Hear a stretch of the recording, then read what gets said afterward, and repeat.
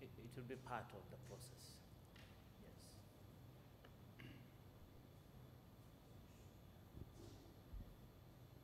Welcome, ladies and gentlemen, dear colleagues, to our third PhD symposium, where we shall be listening to Miss Naula Mary, who will be presenting on the portrayal of virginity in Ugandan novels. We also have a second presentation by Reverend Abel Wanku, who will be presenting on genesis of the Wangusaic Poetic Narrative Style, how fast it has moved. These two presentations will be spiced and illustrated by two great poets in our midst. One is Miss Nalongo Ruth Namusobya Muwumba, reciting from her Kampala Ngagagwire poems in Lusoga, which highlight on issues of virginity, together with her son, the celebrated Peter Kagai, he will be helping us to translate the poems from Lusoga to English, but he's also a poet in his own right, with pens that shout and mouths that shut. The headline that morning, Yellow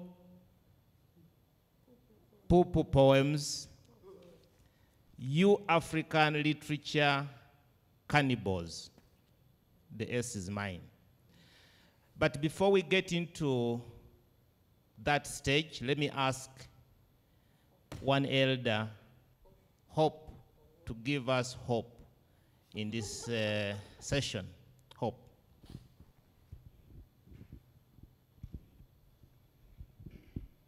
Let's pray.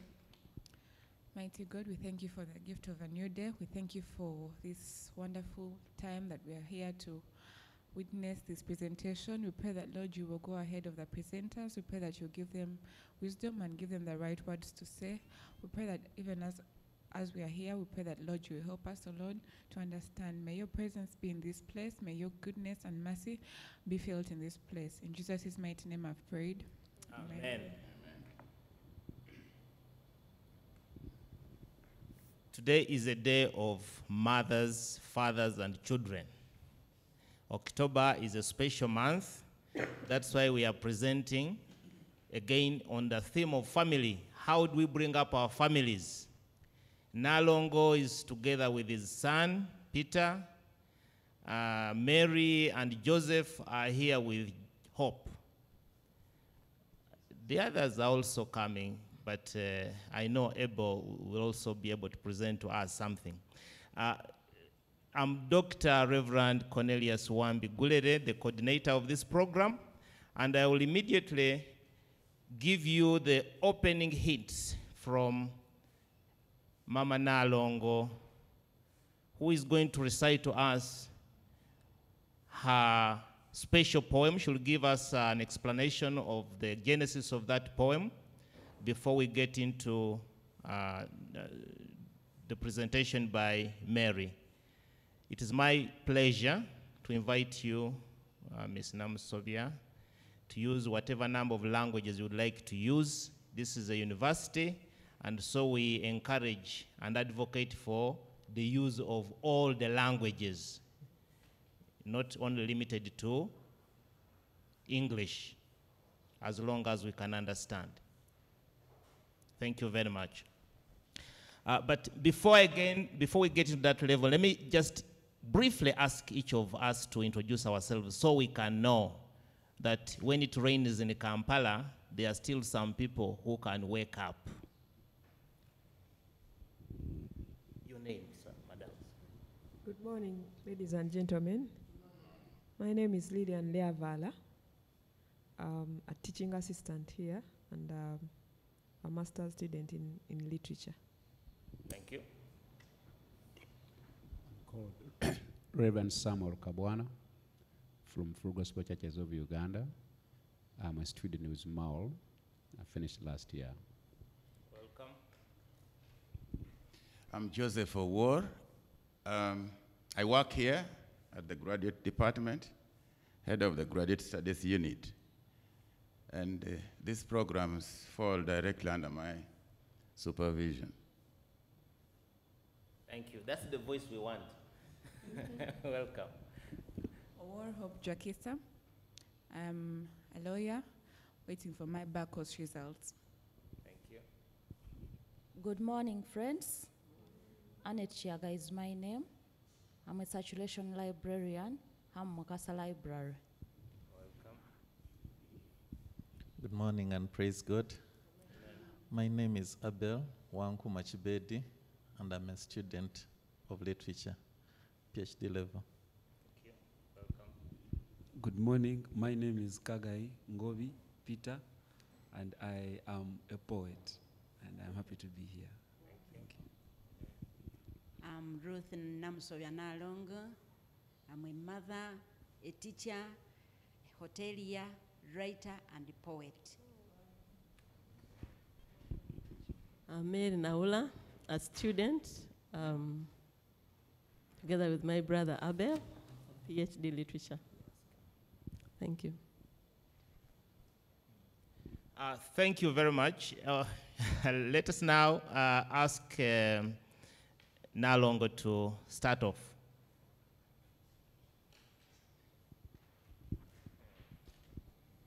I'm going to start with a poem of the title of my book in Lusoga called Kampala Ngagagwire.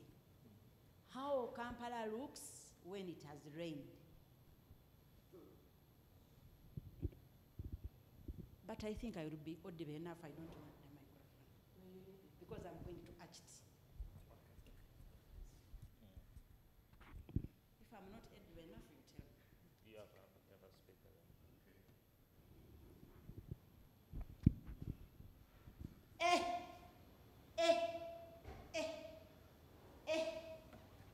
Kino kinene. Ooh, tunabitawo. Bonawa. Bonawa. Bone. Mamaze. Ono ni Kampala. Kampala ati bwafaanana nga gagwire. Kino kyebeeta ekibuga ekikulu mu Uganda. Mamaze. Tufiire.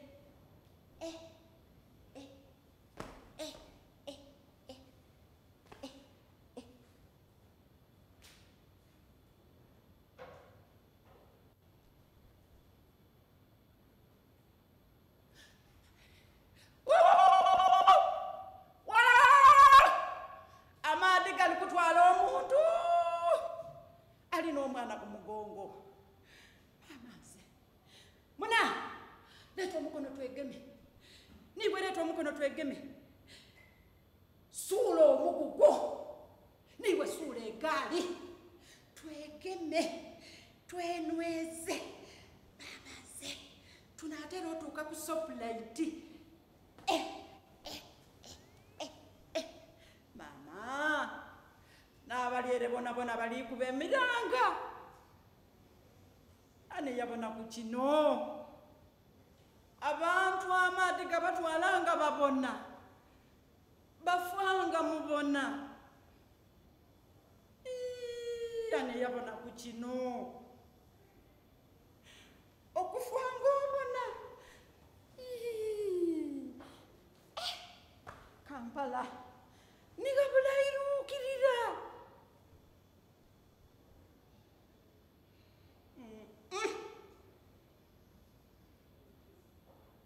Kampala ngagagwire. Imwe abasomi. Nimwe abakozi.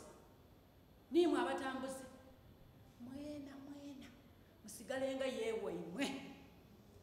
obulamu buzira ku muzaana, obulamu buzira ku supeeya, obulamu n'obugayiga omulamu afuna. Ebisoodo amaadi.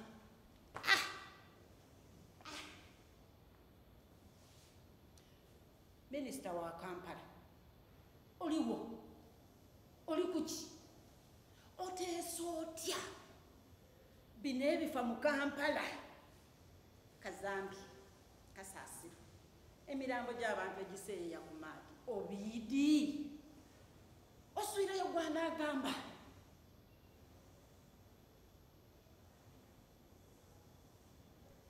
Site kanso ekola ki edda omusolo dijjawo yeimwe betulonda mwigusa bwanda daimwe donka ofunda n'abagayiga wakiri baba mu motoka daimwe basiba amadinisa besiba enkuba amaadi tigatera kubatwala. Aye ife abataki kukafiiramu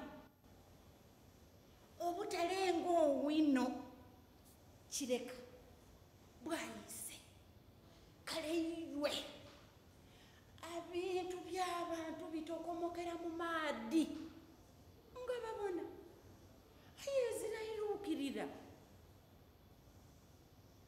gavumenti tigisaba wabula kigikakata okuwa abantu service. Kampala bwefaananira eti mulowooza ebibuga ebindi mu Uganda bifaanana bitya? Abalambuuzi abayida okw'amaadi mulowooza kifaanani ki kye batanira mu Uganda? Muwoza abantu bangi mu Kampala, kituufu bangi, aye bayidanga n'okuyingira n'okuzimba nga muliga site yaidula agalwaire nga mwena abakulembeze mulimbe kye n'olwembala oigwanga tirukaalina makulu. Aye mwogere ku mwena agali agalala n'agaluma emamba nikoona abeeka tokalinda kusaaba itaka.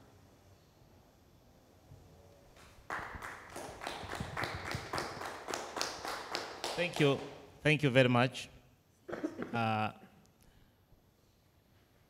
I know that all of us may not understand the language, but from that poem we are picking on the theme of purity. Purity. Whereas water comes to Kampala to supposedly clean it up and help things to go well, it also causes a lot of inconveniences and impurities. At least that is from one perspective that we can appreciate Nansubuga's story. In the presentation by Ms. Owori Naula Mary, Portrayal of Virginity in Ugandan Novels, we are looking at purity of the body. Nansubuga talks about purity of the city, the cleanliness of the city. Those challenges are no doubt similar challenges that our girls and boys suffer. And not to preempt her presentation, the novels that Ms. Naula is discussing tonight are looking at those aspects of purity that we continue to yearn for among our children, boys and girls. It's my pleasant duty to invite our presenter, our first presenter, to make her presentation. Please welcome her.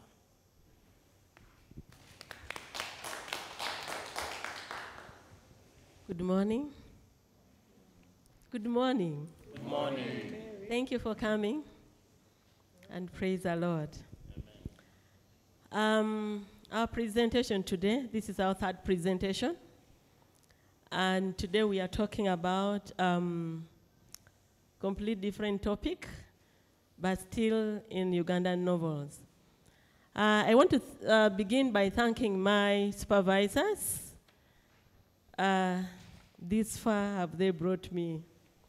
Praise the Lord. I want to thank Dr. Gulere, who has been there for me, pushing me ahead, and we are moving forward. I'm very grateful, Dr. Gulere. And I'm also grateful to Professor Muranga, who is not here.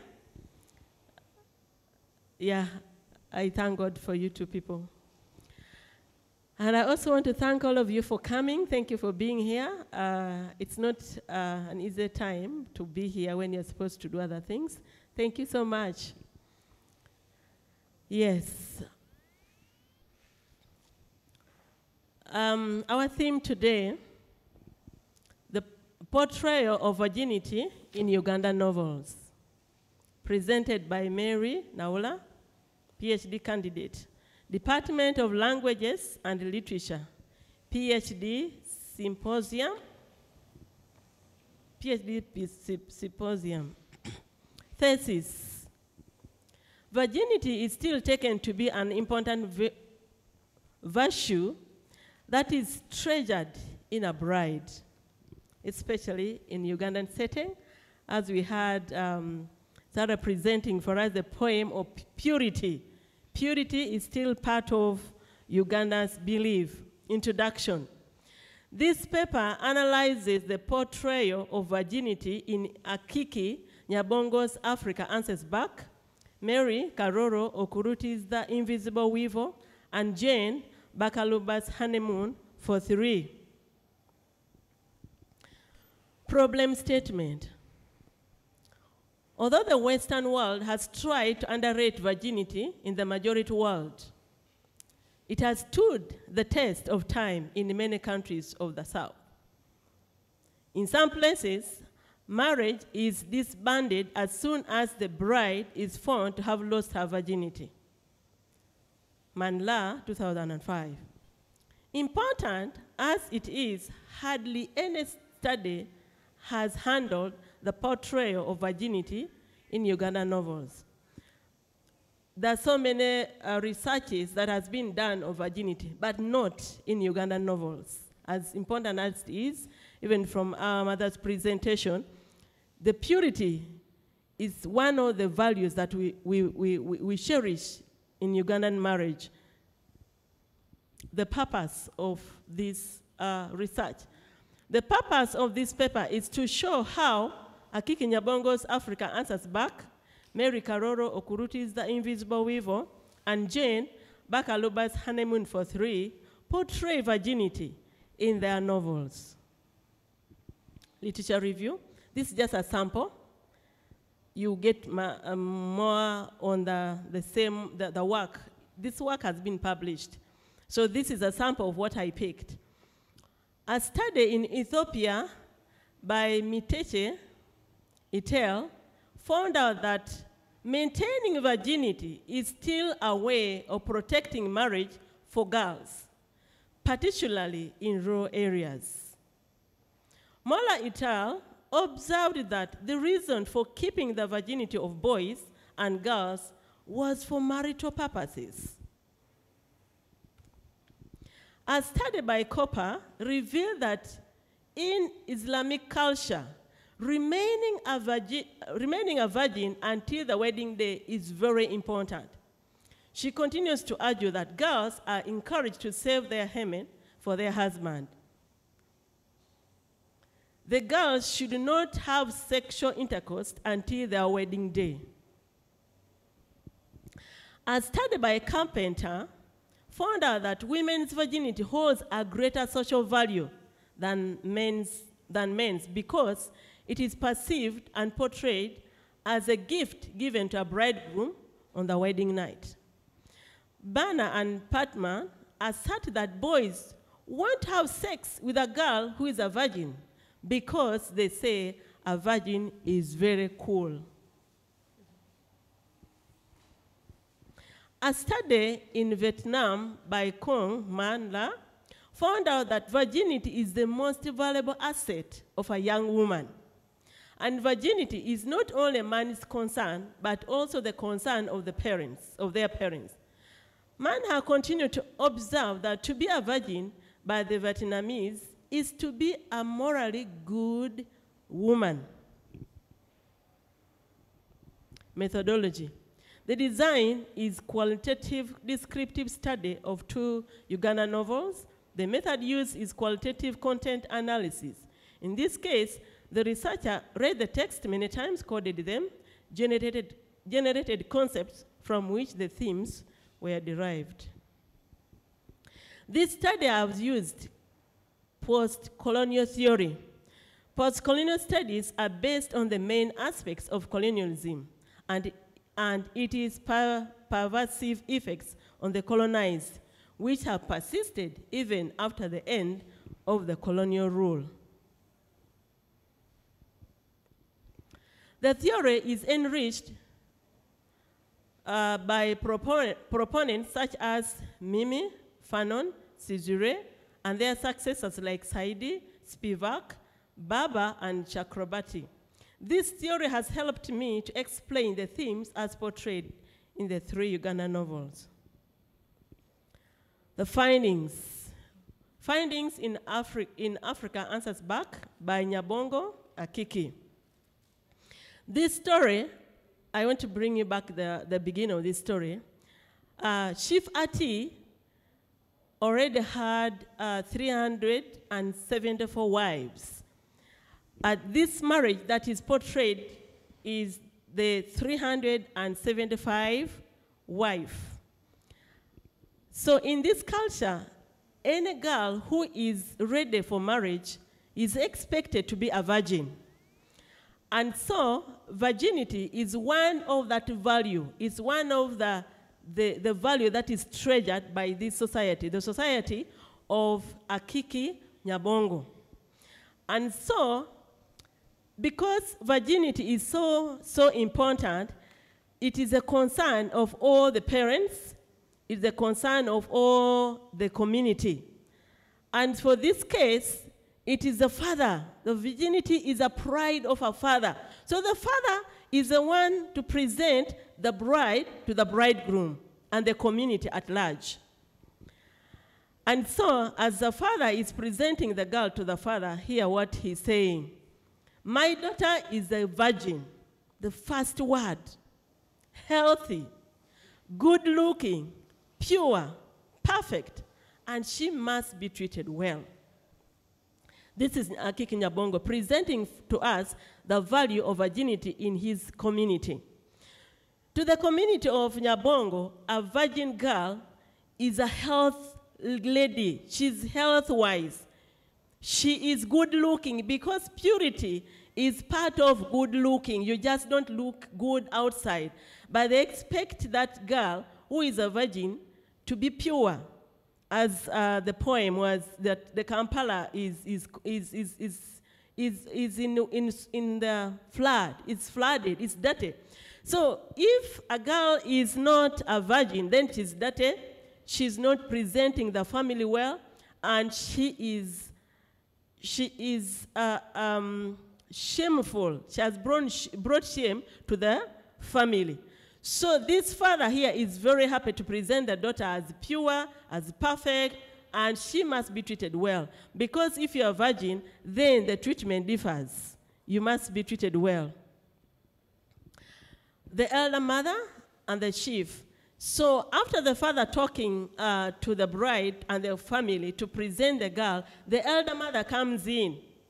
This elder mother is the one who will make sure that she is a witness to this virginity. And I think even here in Muganda, we have that culture, especially in the central, of the auntie called Senga carrying a white cloth to the bride. And the proof is not only for the family or the bride, but it is a proof to the community and the family at large. So the elder mother and the chief, the next day the elder mother went back home with a satisfaction that marriage has been accomplished and that the bride was settled in her new home and prepared to love. The chief made some gifts to the elder mother. She also took with her backcloth on which the marriage had been consummated.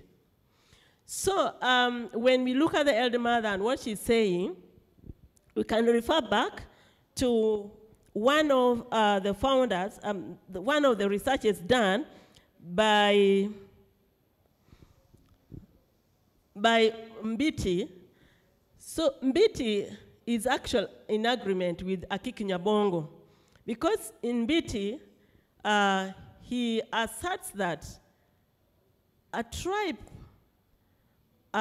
in a Kamba, if the girl is found a virgin, they are given present. A cow is given to the girl and a goat, and he hands over to the parents as appreciation for the parents for bringing up the girl in such a good manner. Because if you're not a virgin, it is an indication that you are brought badly. You are not a good girl in that family. And so the elder mother is satisfied. Why? Because she was around and she saw that this girl is a virgin, and she has a proof. She carries, the chief presented to her a gift, and so she carries with her as a proof backcloth to the family to show them that actually our daughter is a virgin, and there's a lot of celebration. That is according to Bana, that if the family realizes that actually this daughter of ours is a virgin, there is a celebration, and that's why the cow and the goat is given to them. They slaughter and celebrate the behavior, the good behavior of their daughter. The findings in the Invisible Weevil. Genesis and Nkwanzi, they are friends. They are girlfriend and boyfriend ready to get married, and they have been in a relationship for some time. But Genesis is a representative of modern Uganda, modern family. Okay, modernity. That is Genesis. Nkwanzi is a representative of the African traditional culture, custom. So we, from the background, Genesis, as being a modern gentleman, approaches Nkwanzi, and what is bothering him is that he has never had a relationship or intimacy or sexual intimacy with Nkwanzi. And so Genesis is not happy because, remember, he's representing the modernity. So here what Genesis is saying, Genesis was invisibly annoyed. Why? He stood up abruptly. You can leave me. I am fed up. After all, what am I getting from you? Behaving like you are an identical twin sister to Virgin Mary. So Genesis is very bitter with Nkwanzi because Nkwanzi has refused to give in to begin sexual affairs before marriage. And so Genesis is not happy. He says, he's fed up. He wants to leave. He's telling Nkwanzi, you can leave me, I'm fed up. And so, as he is comparing Nkwanzi with Virgin Mary, it is a mockery. He's talking in a sarcastic way, comparing Nkwanzi and Virgin Mary. Of course, he's aware that Nkwanzi is a virgin, but he wants to break the virginity before marriage, and Nkwanzi is not ready for that. Nkwanzi is holding on to virginity. It is something that should not just be given away. But Genesis feels that he needs to be given and is annoyed. Let's hear what Nkwanzi is saying. Gwanzi, Genesis, she exclaimed, shocked. Why is she shocked? She expects Genesis to know the African tradition of keeping the virginity. Because as we read from Bana, that actually the young men want to have sex with the girls. Why? Because they believe it is cool. So if it is cool, why do you need it at this time? We are not yet married. But Genesis is already annoyed. For him, it's now, it's not tomorrow. But for Nkwanzi, no, it can't be. So Genesis comes back, yes, I come here with a noble idea. Which idea? Of breaking her virginity before marriage. You know, you throw it to the winds. So his noble idea is to come and break Nkwanzi's virginity. But Nkwanzi is not ready for that. She is holding on to the tradition. And let's hear what she's saying. Genesis. Yes, I am fed up with your whole attitude. Do you hear the word whole? He is also aware that virginity is being pure. Him, who is a modern man, he is aware that when you are a virgin, you are actually pure. And that's what we hear from one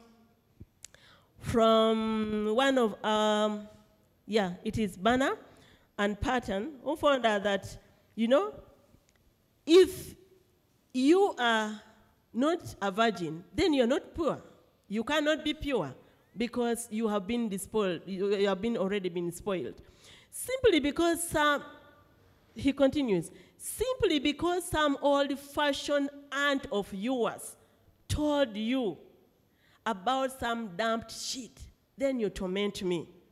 You know, in African tradition, especially in Uganda, and especially in the central here, Senga, which in English, in an aunt, Senga, the aunt, is a very important key in every marriage in Uganda, especially in Buganda, because the Senga is like the person who represents the whole clan, it represents the parents. So the young men and women know that aunties should be respected. But because Genesis is a modern man, he's not bothered of calling the auntie as old-fashioned. And that's what modernity would actually call old-fashioned. But to Nkwanzi, the auntie is not old-fashioned. It is a custom. It's a culture that should be carried on. And you hear what he's saying. And simply because some old-fashioned aunt of yours, not even his, told you about some damped shit, then you torment me. This shit is what proves that a girl is a virgin. Because this shit is spread on the bed, and the auntie is supposed to take this shit back to the family to prove that our daughter was actually a virgin, and so we need to celebrate, and the gift is given. But to Genesis, he is not bothered. It is an old-fashioned thing that should be thrown away. Let's hear what Nkwanzi is saying. Genesis. It is not just the shit. I believe we should keep our bodies intact until marriage. That is a voice of Nkwanzi. Virginity should be treasured, not despised. So Nkwanzi, a representative of our tradition, is very sure that our bodies should be kept intact until marriage. It should be kept pure, and it should not be despised. It should be treasured. And that's why when we look at Mbiti, virginity in Nandi, it is something that it is a pride, it's a honor to the parents, to the community, and to the bridegroom. So this is why Nkwanzi is insisting that, you know what, Genesis is not just the sheet, but it's our bodies that should be kept intact. And it should be treasured. And what does Genesis say? Genesis, oh, the gospel according to Saint Kwanzi. Spare me. That is another sarcastic word. He's laughing, he's mocking Kwanzi. Virginity indeed. Do you hear his voice? He is not interested. He's thinking that, Kwanzi is pretending to be a saint.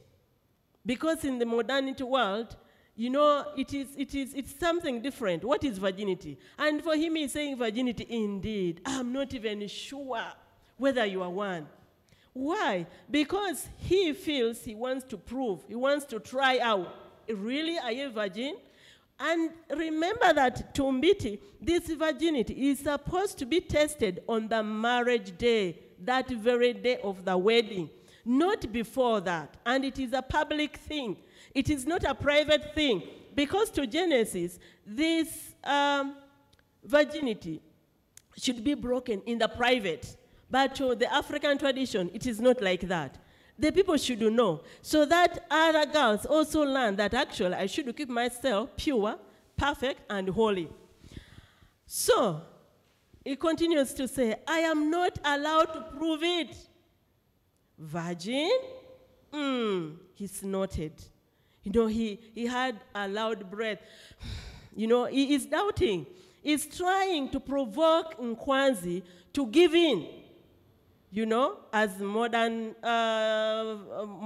generation can do. It's just provoking Nkwanzi, but Nkwanzi is not in for that. Nkwanzi, Genesis. I never knew you were like that. Genesis. Now you know. Because he's annoyed. Nkwanzi believes that since we have been together with the Genesis, he should know. He's an African tradition man. We grew up together. He should know our tradition. But to her shock, Genesis is not in for it. He said, now you know, Kwanzi. I believe we should keep our bodies intact until marriage. This is emphasis. Because in Kwanzi is repeating the same word. It's putting emphasis that our bodies should be kept intact until marriage. He's emphasizing virginity should be treasured. That is the voice of Nkwanzi, the voice of the Africans, that virginity should be treasured, not despised. Findings in Honeymoon for Three. From the heading, you know what it is, that Honeymoon for Three, this is a story of Auntie Sulu, Naiga, and Noah, and Mukasa. Mukasa is the father of Naiga. When Naiga was about to get married, what happened? The Auntie Sulu that is there had to be in their bedroom, which is even our tradition here in Buganda, that the auntie has to prove. So during her wedding, the auntie had to be in her bedroom to prove. She carried a white sheet to prove that the girl who is going to get married to this young man is a virgin.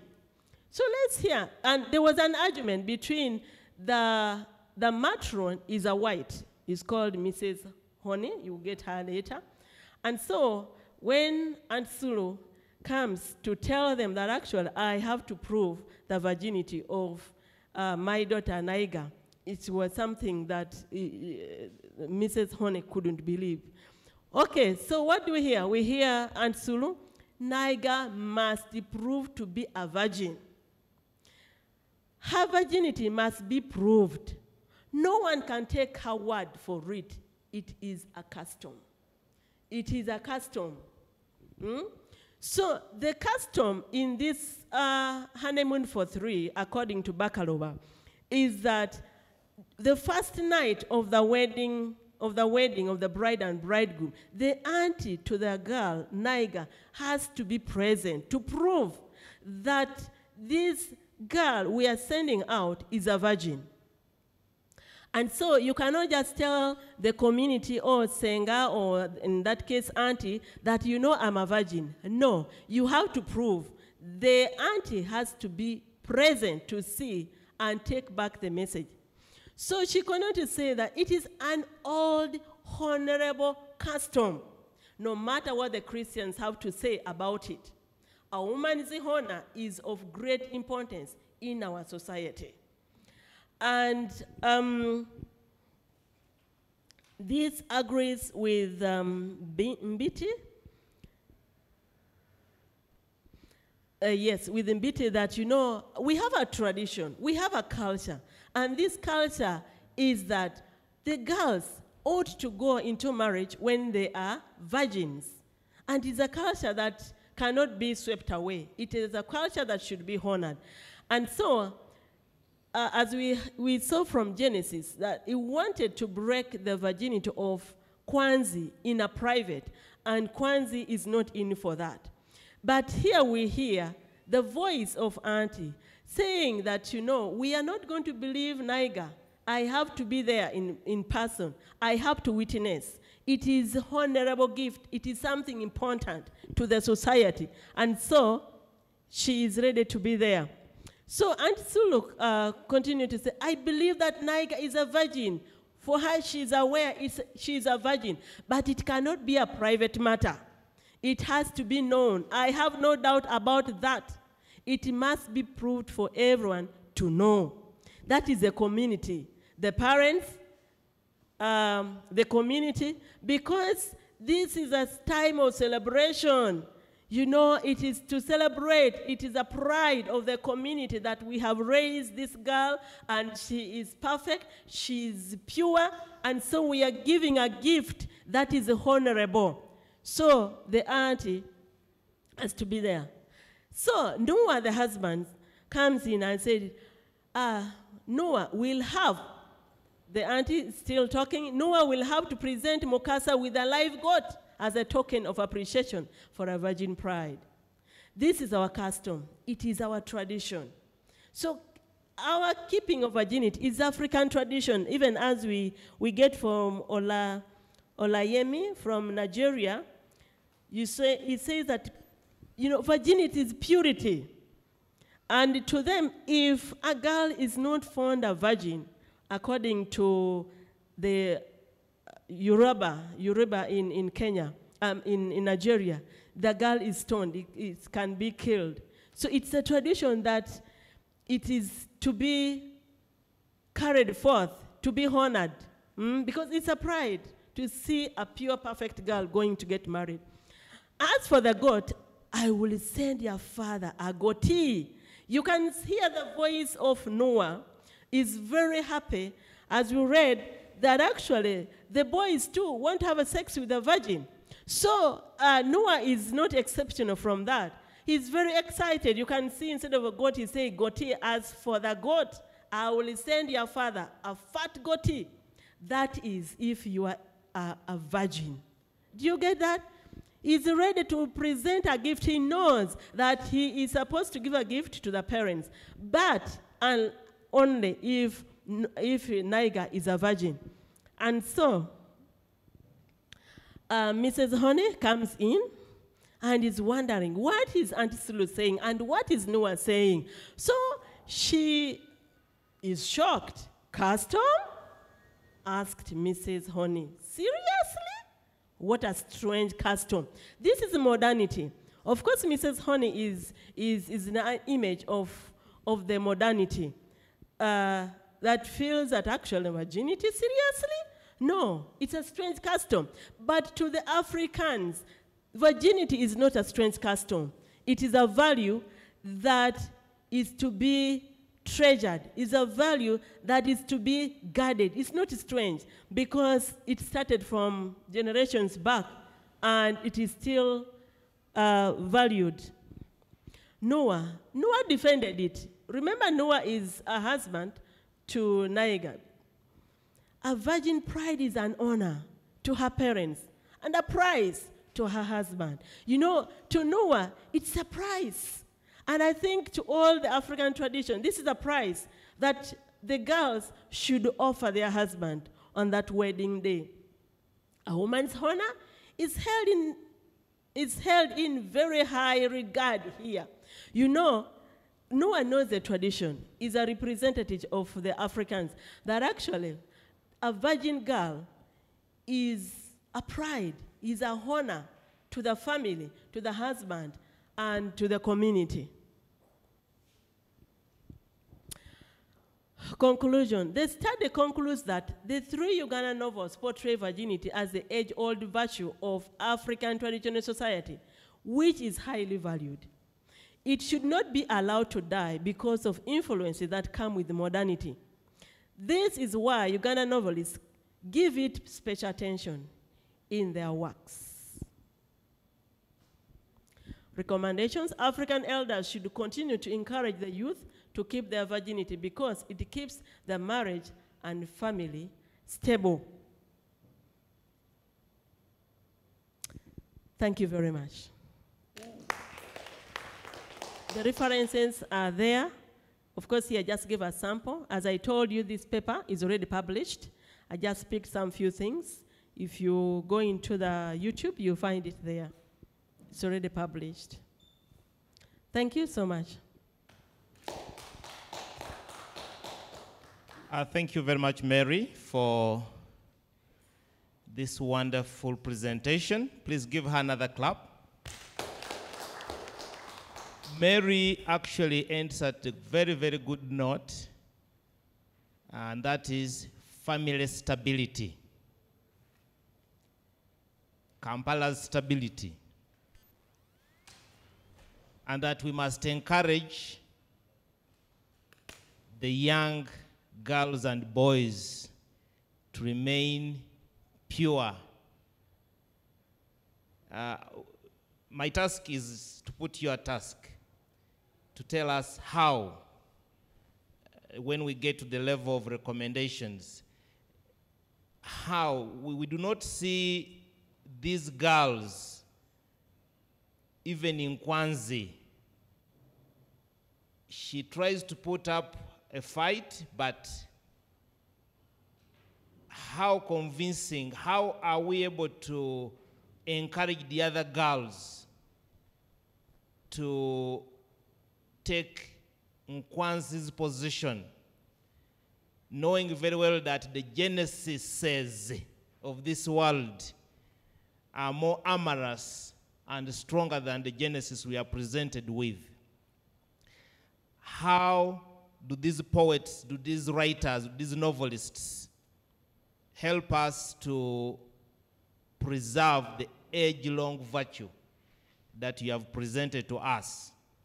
It will be very important for you to go through all these presentations, the stories, and the positions that they have put up.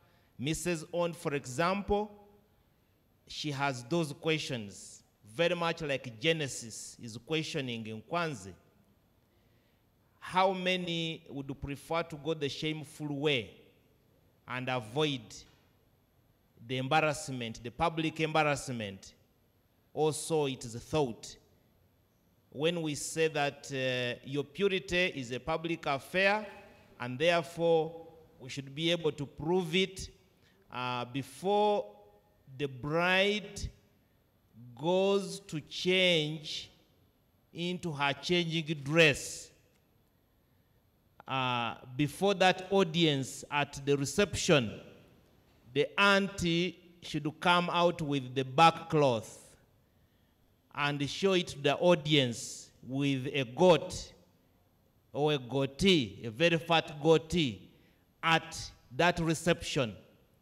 Because the time that moment when they go for changing is supposed to be the time when the public, the public proving, the research-based finding is supposed to be presented to the audience, not just in terms of dress, the dress that they change into, but in terms of the real explanation that actually she was found at home.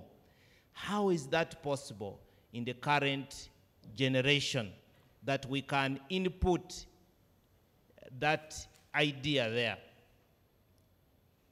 Do the novelists have anything to say about that? How we can tame the the Genesises and those who are thinking like him. I like the idea that comes from Noah in defense of virginity. It's an honor to parents and a prize for her husband. So where is the girl? Where is the bride? Shall we assume that the honor to the parents and the prize to the husband is the honor and prize to the bride as well? Of course, you have very ably explained that without it, the bride would be disrespected, would be taken for a ride. She would, in fact, lose her status as a bride. She would just be something else. But still would like to know from those novelists, or at least from you, what does Nkwanzi take home? When she's found home, what does she take home? We must be very, very categorical to say that, like the father says, I have given you my daughter is a virgin, she's healthy, she's good looking, she's pure, she's perfect, she must be treated well.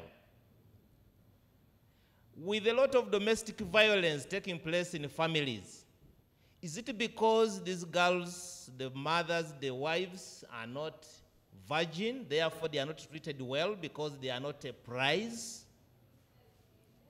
Have you tried to look into that direction? We have so many cases of battering of women. Might this be one of the missing links that the Western cultures have brought and diluted the values? So the mothers, the girls, the daughters, the wives cannot be treated well the way this father wants her 375th wife of somebody. Not even as Christianity does, that you marry only one. And so it is easy to treat them well. It should be easy. How is this one going to be treated well? You need to give us some more reassurances there. And I would like still to continue linking this, our presentation, to the poem we had this morning, Kampala, as my daughter. If the daughter Kampala is a virgin, is healthy, is good looking, is pure, is perfect, she must be treated well. The other day we heard that Rwanda is being treated well because she's all those things. The capital city, Kigali. So when we look at our bodies, when we look at the bodies of the girls, when the novelists portray the girl and her body as a public rather than a private good, how do we relate that with the current movements, which are actually the ones that are making it difficult for the younger girls to keep their virginity? Because there is movement X, movement Y, movement Z. So the Nkwanzis feel ashamed, they are subdued, they want to go according to the trends. I know in your paper you ably explain to us this idea of Genesis. The fact that the person called Genesis, which is a biblical allusion, is acting like something that Reverend here might be able to explain to us, which is ungenesical. In the beginning we had Adam alone, then Eve came, and they were told, do not, and they eventually did. But who tempted the other? That's the subject for another day, but you need to refer to that discussion.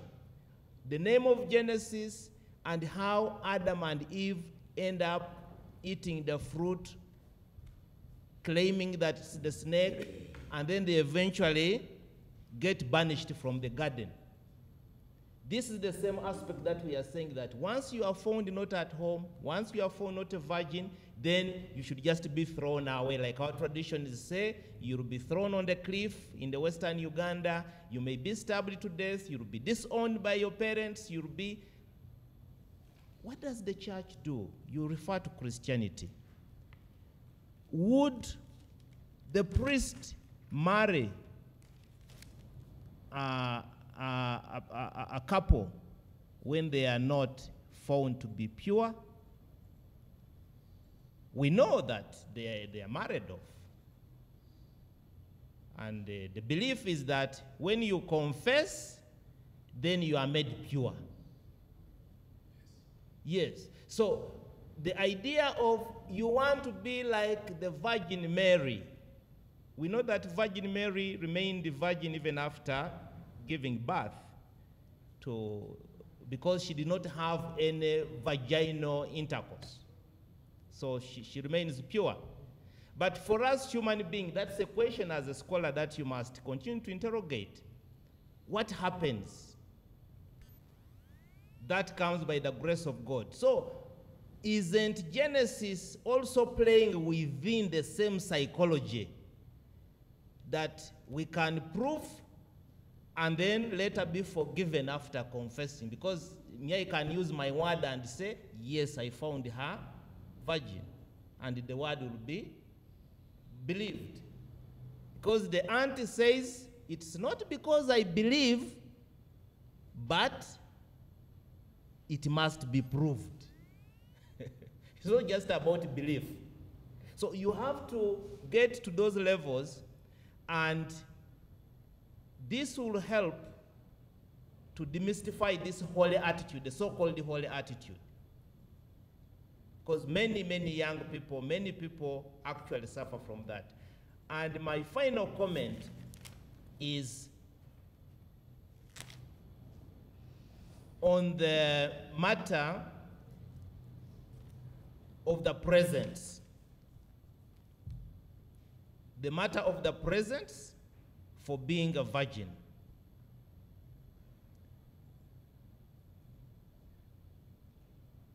We again need to interrogate that a little further. We know that in the current traditional marriages, a lot of presents are taken. Are we able to find out whether these presents are taken after due process has been taken to prove that they're actually deserving? Because I know that cows and goats also go, and of course a lot of tomatoes and pineapples, and a lot of baskets and other goodies. Are we able to strengthen, as you say, that virginity is highly valued and Africans are not about to lose it? Therefore, can we go an extra mile to find out how those modern tendencies of covering up can be better understood to make sure that the traditional respect is maintained? My duty as a supervisor is to be a devil's advocate for now, so those are my questions, and I would like to ask others to give you more questions or thoughts, and then you'll answer at the end. You want to answer this first? Okay, thanks. Thank you very much, Dr. Gulere. Virginity is, of course, it is a sensitive thing. I'll begin from where you said, this is a private matter.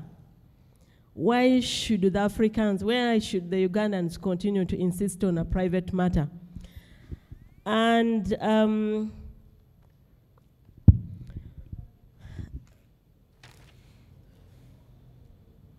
then you also asked that is it a reason why we have so many violences now taking place among the married? It is yes and no. Of course, as we are taking in modernity, we believe that our children should have a private life, okay? And one of the things that has brought this modernity, according to Olayemi is from Nigeria, he says that, you know, the Western civilization has caused us to lose the culture of virginity because of the media. They are able to watch TVs, films, they have love magazines, they watch pornography, and they are lured to practice what they are seeing. You get it? So, as we are losing out or trying to not to go in the private life of our children, we are losing it out. Because as we fail to talk to them, they are able to see it through TVs, through media, through the songs, through the pornography, and so at the end of the day, they tell themselves, why can't we try this thing? I'm a virgin, yes, but I can try. And by the time we come to the day of marriage, the virginity is no more.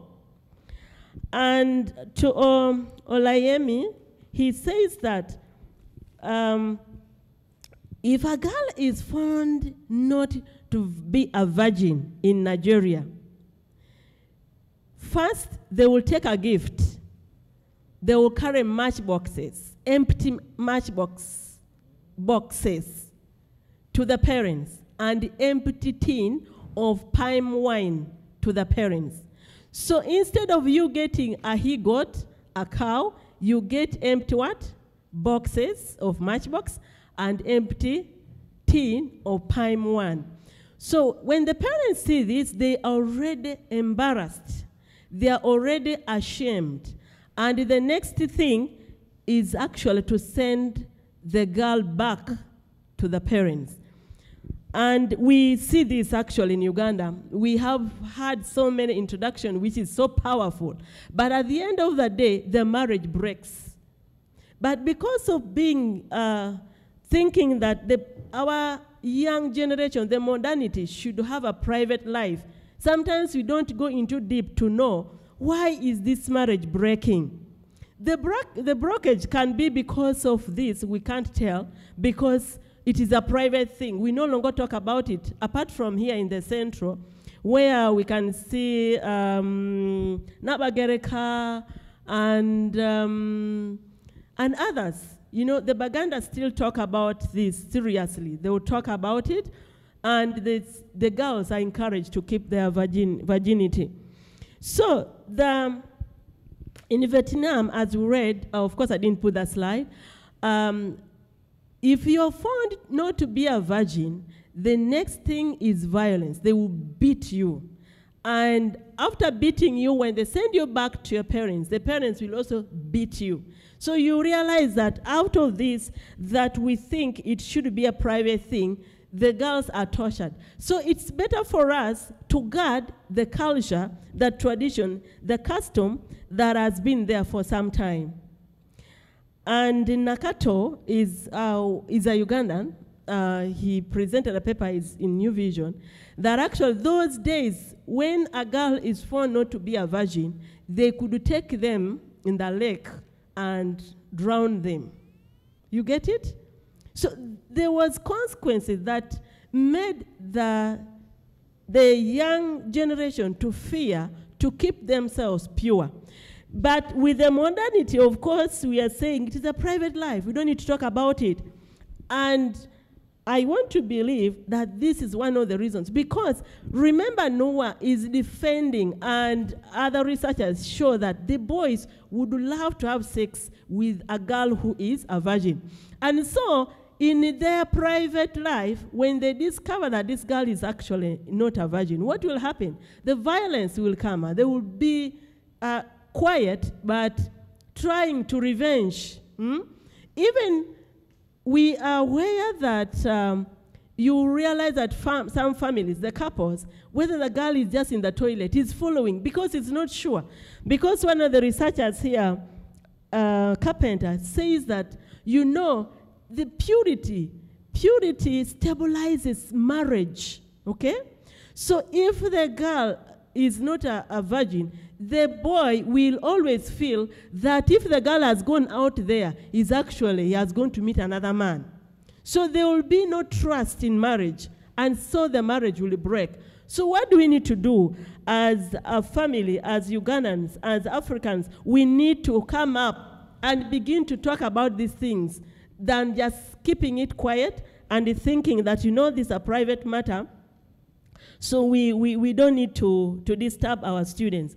Remember that even, that is Mbita again, that in our education system now, the children are taught about education, sexual education, sex education. And so as they hear, even a virgin is trying to say, what are they teaching us? Can we try?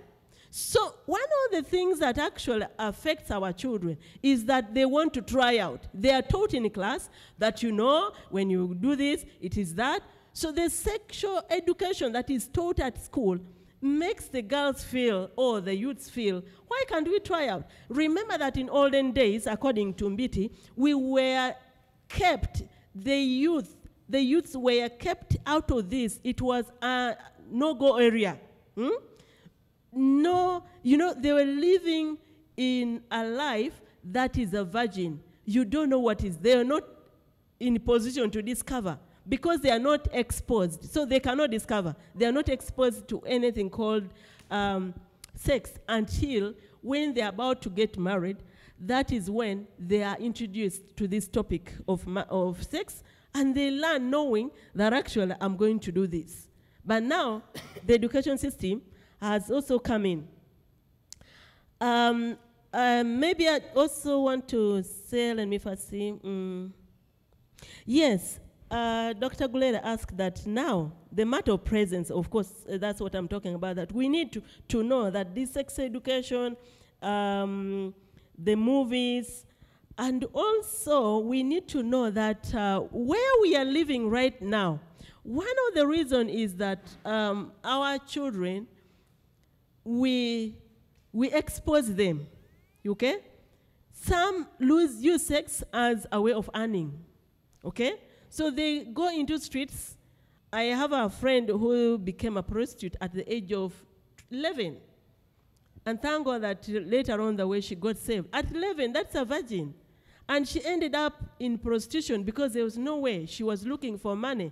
So sometimes, these are some of the things that actually we need to help our children. We need to help them as parents pay their fees or see how they can go to school or how they need to live well so that they don't join this prostitution. From the name Genesis, actually, Doctor reminded me that in the Garden of Eden, God put Adam and Eve, and they were pure. They did not discover, they did not know anything.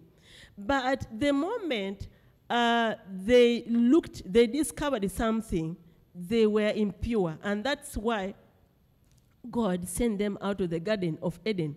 They realized, hey, we are actually naked. That is impurity.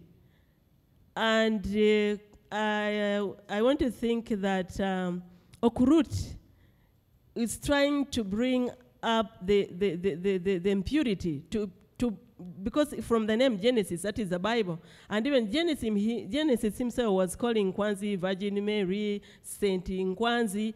So there is a lot of Bible that actually from the beginning, there has been that impurity. And how did they manage? Do we need the girls to confess? It is hard. It's a private thing anyway. Now, for Olanyi in Nigeria, when the parents go for if the parents get a gift and they pay the cows and they pay the goats, if they discover that that girl is not a virgin, they demand for the gift to come back, and the girl is sent also back. So in African setting, we are, in Ugandan setting, we are a little bit not very assertive like the Nigerians would do. But still, you realize that after the powerful introduction, the gift, so many gifts are taken, the marriage breaks, and what happens? The gifts are not taken. Is it refunded? It's not refunded, but the marriage is no more. So we need to guard against this, so that by the time the marriage takes place, because this virginity is proved after, it's not before the negotiation, it's not before the bride price.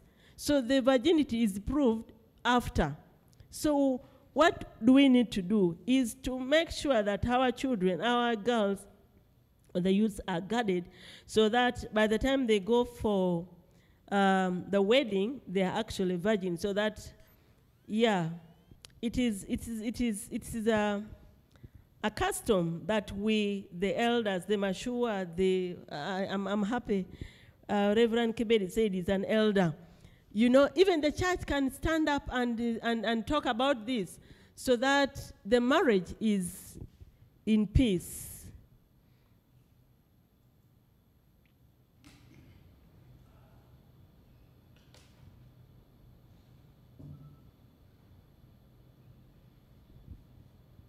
Yeah, I think I've talked about the church. Dr. Gulera, have I answered all? Well, it's okay. Thank you. Thank you very much, Mary. I'm really so impressed with your presentation, and I'm just unfortunate that this is the first that I'm attending. I wish I had attended all. I want to say a few things. I'm running to, I have a class to attend to. What do you have to say about the names? For example, the use of, yes, you mentioned Genesis, but the way the writer contrasts the names Nkwanzi and Genesis is a representation of a cultural conflict, because Nkwanzi is truly an African name, and then the way she chooses to use a biblical name, Genesis. And then Hone, that I've had people use the word hone. I think it could be slang, but meaning someone has that urge to have sex.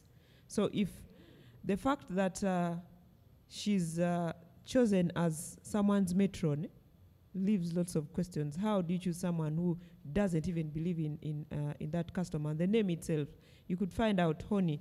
Actually, the word itself ends with Y, the word, not this name.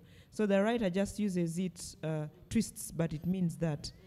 And then it is also very ironic that the boys, when you look at Genesis, he wants to have sex with Nkwanzi when they are not yet married. Yet, he would crave to have a bride who is a virgin for during the time for marriage, on the wedding day.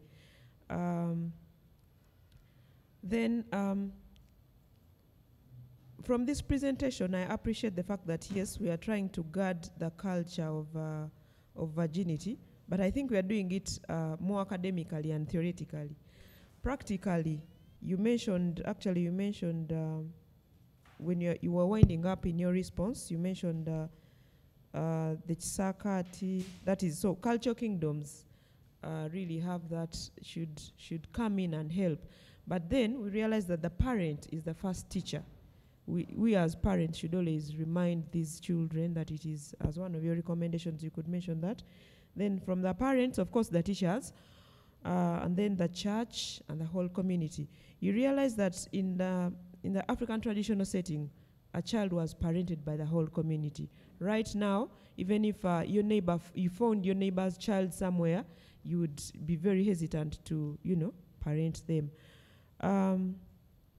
Then, yes, sex education, we are trying to embrace sex education, but recently in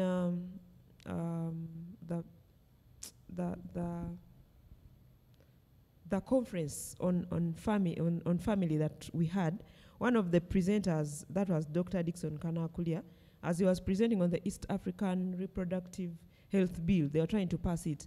He really unveiled lots of things that are embedded in the reproductive sex education that we don't know. It is a foreign aspect that is trying to be, that the Western world is trying to impose on us.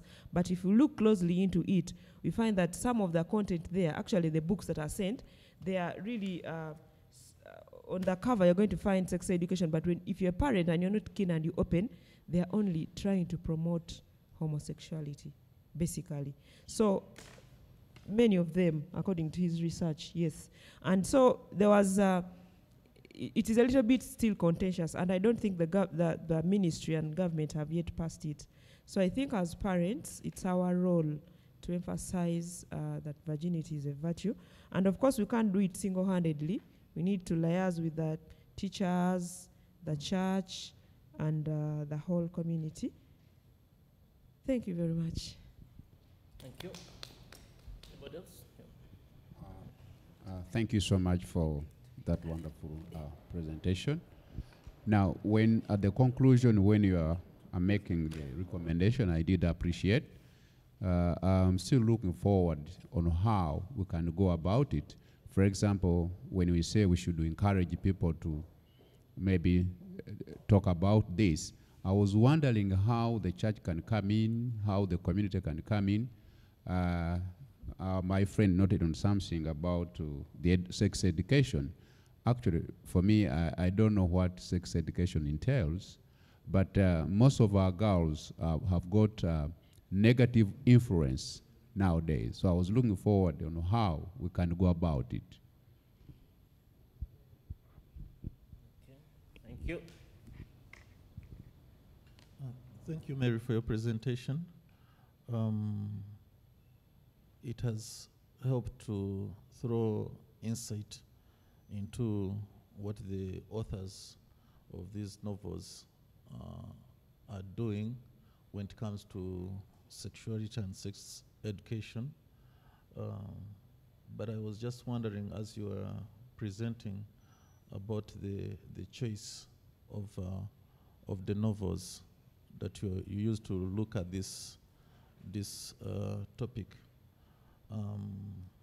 there are more novels really open to the subject of virginity, or which we could say they may not be directly virginity, but the opposite thing of virginity.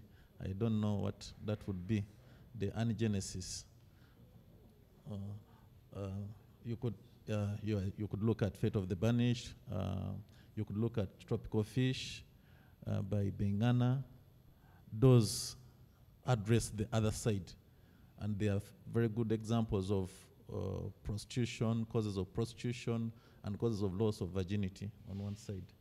Then technically in literature, when it comes to the naming, purity, genesis, honey, that is what we call allegorical naming. So yeah, these names are being given according to the character of the person, the actual things that they do. So it is allegory. Thank you. Thank you for your presentation. I'd also like to add the novel Chintu as well. I think Chintu it explicitly deals with sexuality and virginity. My question is also related to question on sex education today and sexual education in the African traditional society. There was always education both to the girl child and to the boy child in order to prepare them, and in order to prepare them for the initiation of marriage. Is there a way that today we can have the African traditional education system be incorporated into our modern system, so that we do not lose our values, but then we also do not lose the essence of teaching, of impacting sex education? Yes, and then my other comment is on the laws on marriage today, vis-a-vis the legislated laws on marriage vis-a-vis our traditions on marriage.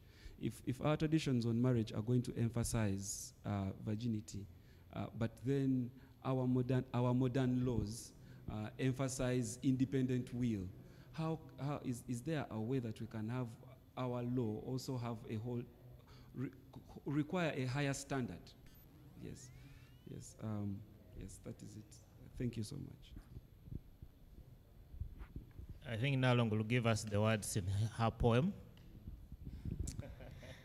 Thank you. Lillian has gone. Thank you very much, Lillian, Reverend Kibedi, and Kagai.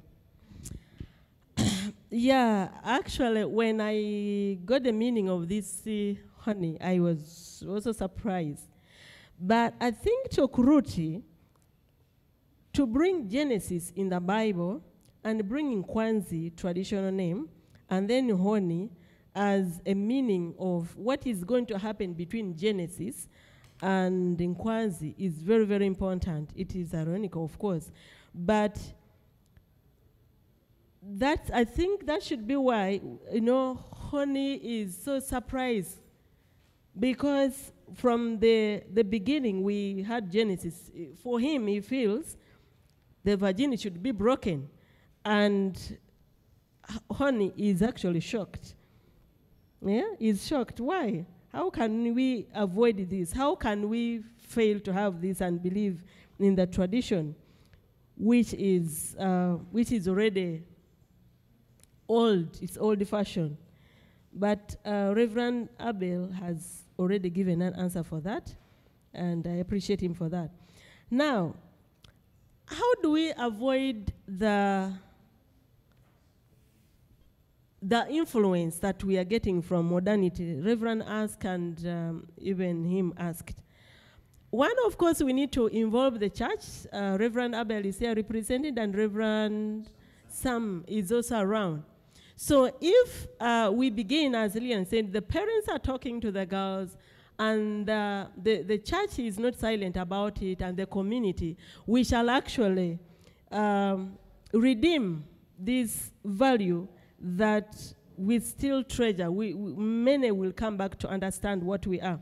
And maybe also the education system that we have now that is talking about the sexuality issue, that at the end of the day, we realize that the young are able to go and try out.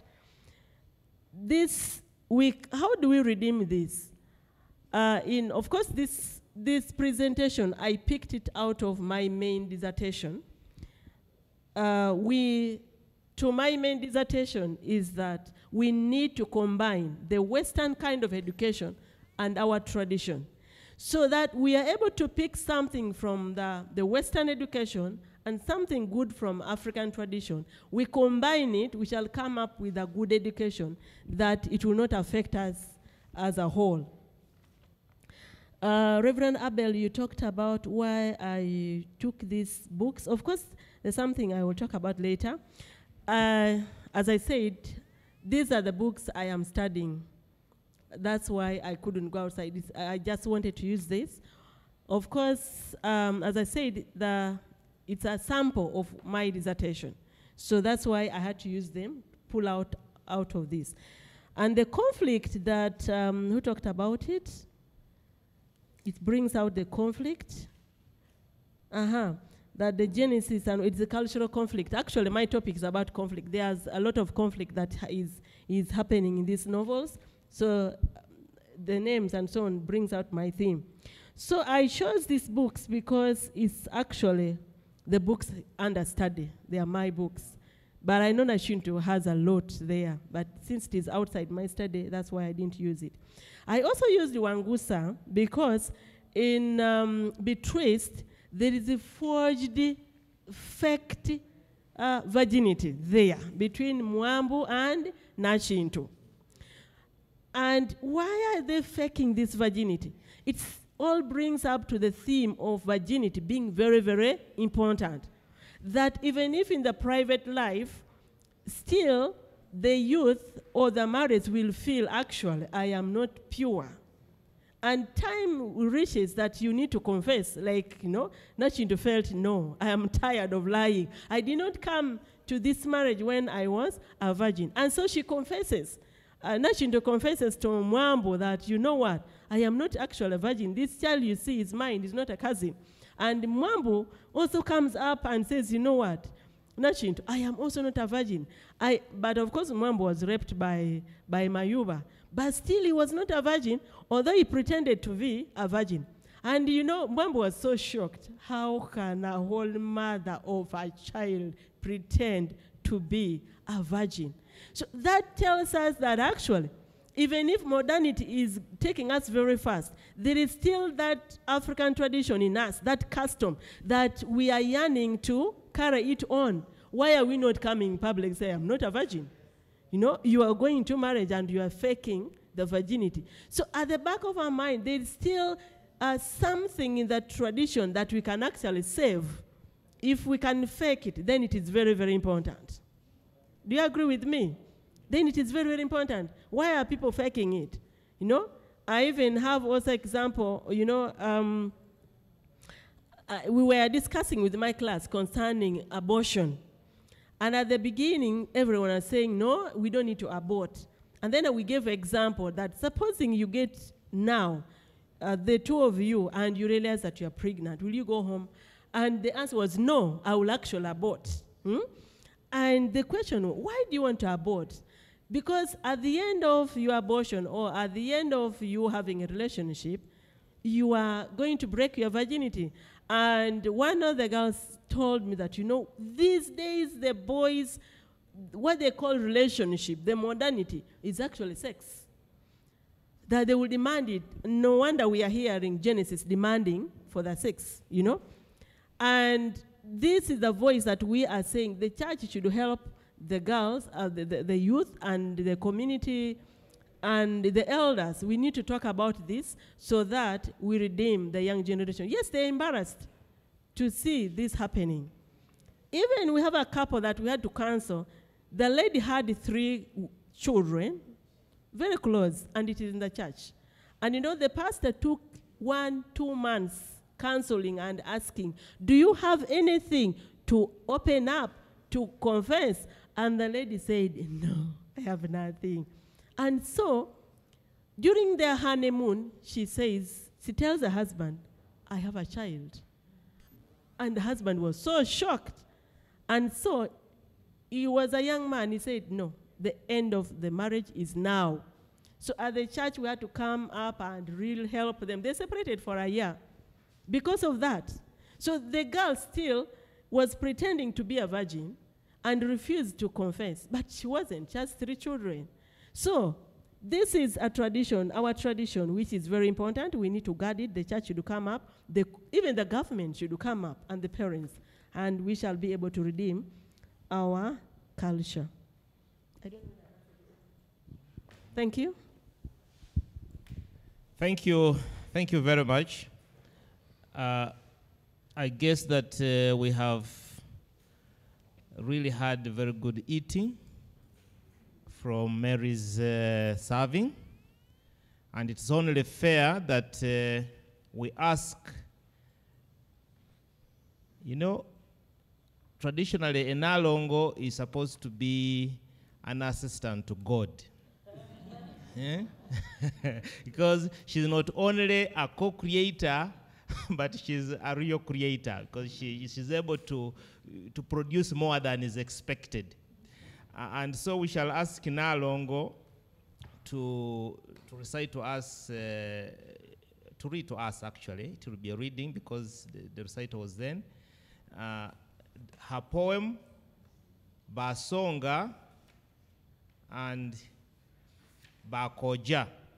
Because we would like to hear really the role of the man. The man is the one who takes the goat, is the one who demands, is the one who, but now, where? Yes, you need to interrogate that area further, but now let us hear.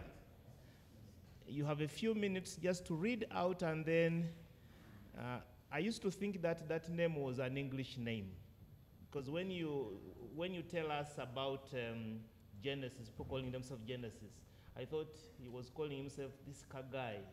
And then I noticed that actually it is Kagai. Okay. Kagai, please. Our aunties. I think do it stanza by stanza. Yes. Basonga muliyo mbakubya akawuna mwebala okugundula emiti emito abakola mu bwesimbu beebaza abo abatendeza okalyayira baninaimu abandi basiimu abandi babafunda ndusu. Our aunties, are you there? I have tapped you. Thank you for raising our young generation. Those who work with honesty, thank you very much. Those who are ill-willed, what goes around? Your sisters, your other sisters are very grateful. Others are living in disgust. Muli bantu bakulu mu kika mubuulirira mwanduza n'okugayitibwa okw'abaana era mubansonga. Lwaki basonga? Abasinga muboneka ku mikolo kwonka kiswaza oba tubasasula.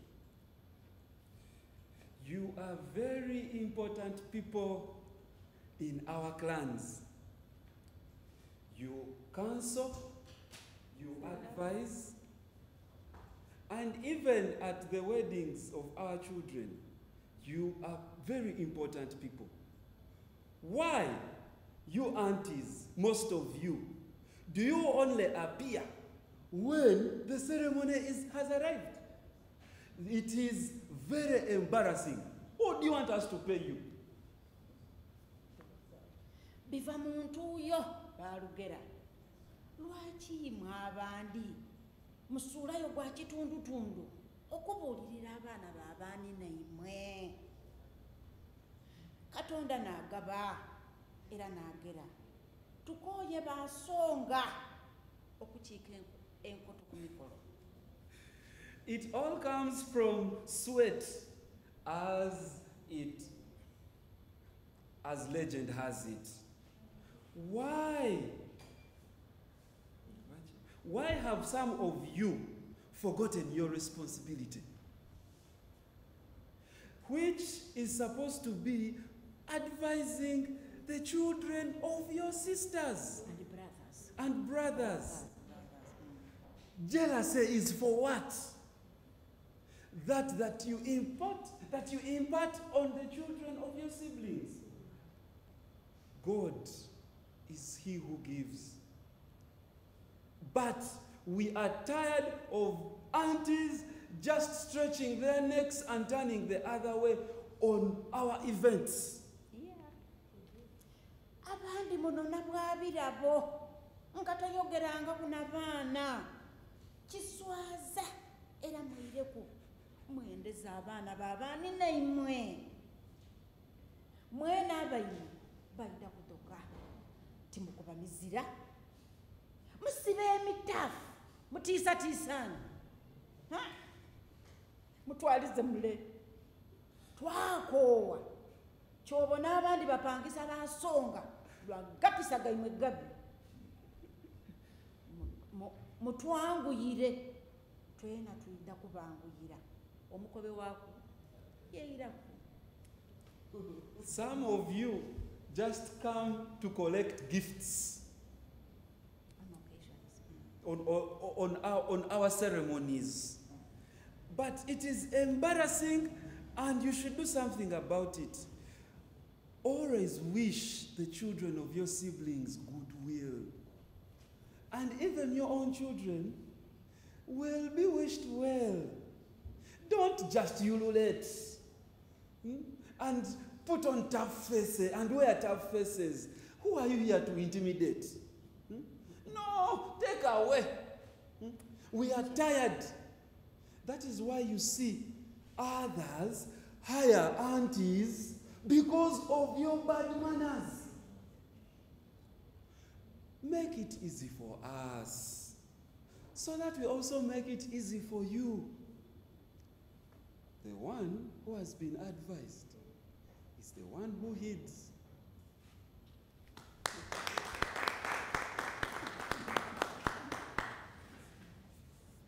Wow, thank you so much.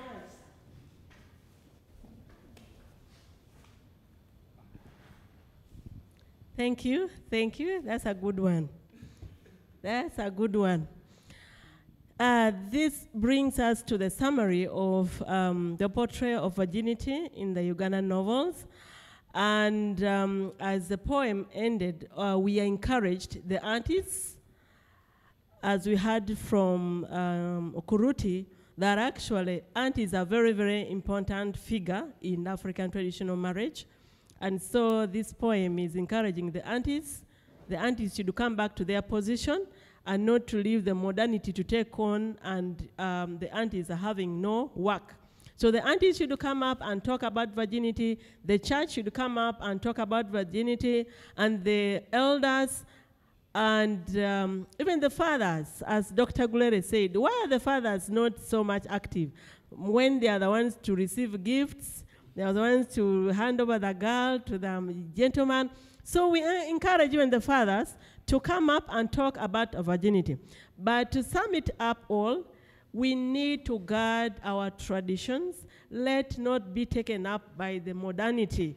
We need to guard it because it is our treasure, it's a pride, and we don't need to fake the virginity. Let it be real, and we shall all be happy. May the Lord bless you. I thank my supervisors and my fellow, Abed. We are in struggle with him together. And all of you who have come, I want to appreciate my husband as managed also to come. Yeah, he's great support. I wouldn't be here today. Thank you so much. Thank you, Annette, for coming. And everyone, thank you, Mark. Mark, you've been so good to us. And Aunt Dorothy, thank you so much. Bless you. Thank you very much, Mary, and the audience. Our artists of the day, we are very much appreciative. Thank you very much. Our second and last presentation is from the Reverend Abel Wankoma Chibedi, also member of staff of the university, and his area of research, his Papa Sloan Wangusa. And so before I introduce and hand over the floor to Reverend Chibedi, I would like to inform you and commiserate with Professor Timothy Wangusa. He has lost his elder brother, Ruben, and I would like us to stand up for a moment of silence in honor.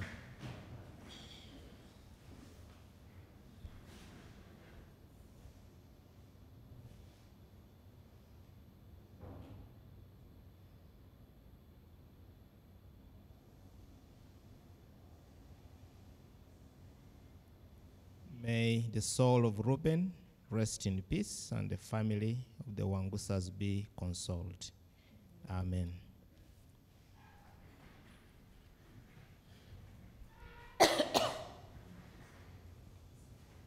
This is another Genesis. I hope it will be a different Genesis. Or even if it isn't, we are happy to have the Genesis of the Wangusaic Poetic Narrative Style. How far we are moving. Please, Abel is a scholar of languages and, biblical exegesis.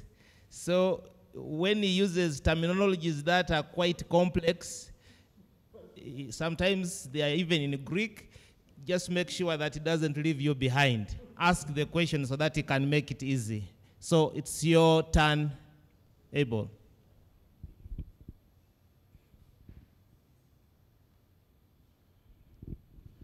Thank you so much, Dr. Gulede. Jennifer Nansubuga Makumbi, in an interview that she granted to Kwani Publications in Nairobi, Kenya, when asked why she writes, says, "I write to enjoy. Literature is made for the purpose of enjoyment." Then Alan Patton, in his small book, Instruments of Thy Peace, in giving an example of a businessman who had found himself in a state of melancholy when visited by a friend. The friend told him, "There are 2 rules for being happy." The first one, he said, was, "Do not take yourself too seriously." And then the businessman asked, "What is the second one?" And the friend told him, "There is no other." So, even if I am presenting this paper for the attainment of something that does not grow on trees, as Professor Timothy Wangusa says, I want you to enjoy, and as a result, be happy by not taking yourselves too seriously. For the reading and the writing, to the reading and the writing of books, there is no end, as King Solomon says. I want to appreciate the School of Postgraduate Studies and Research for the PhD program in literature that is offered there. I want to appreciate the Staff Development Committee, Uganda Christian University, for sponsoring my course. I want to thank my supervisors, Dr. Cornelius Wambigulere and Dr. Benon Tugume, for encouraging me on, and for the e-learning center, Dorothy and staff, for creating this good environment for our learning and also expressing ourselves. Specifically, I want to thank TW for availing himself and also material for my research, and the JNM, that is Nansubuga Makumbi, for writing. For if she hadn't written, I wouldn't be in position to find material for writing on. But most of all, I want to thank you all for providing the audience for this paper.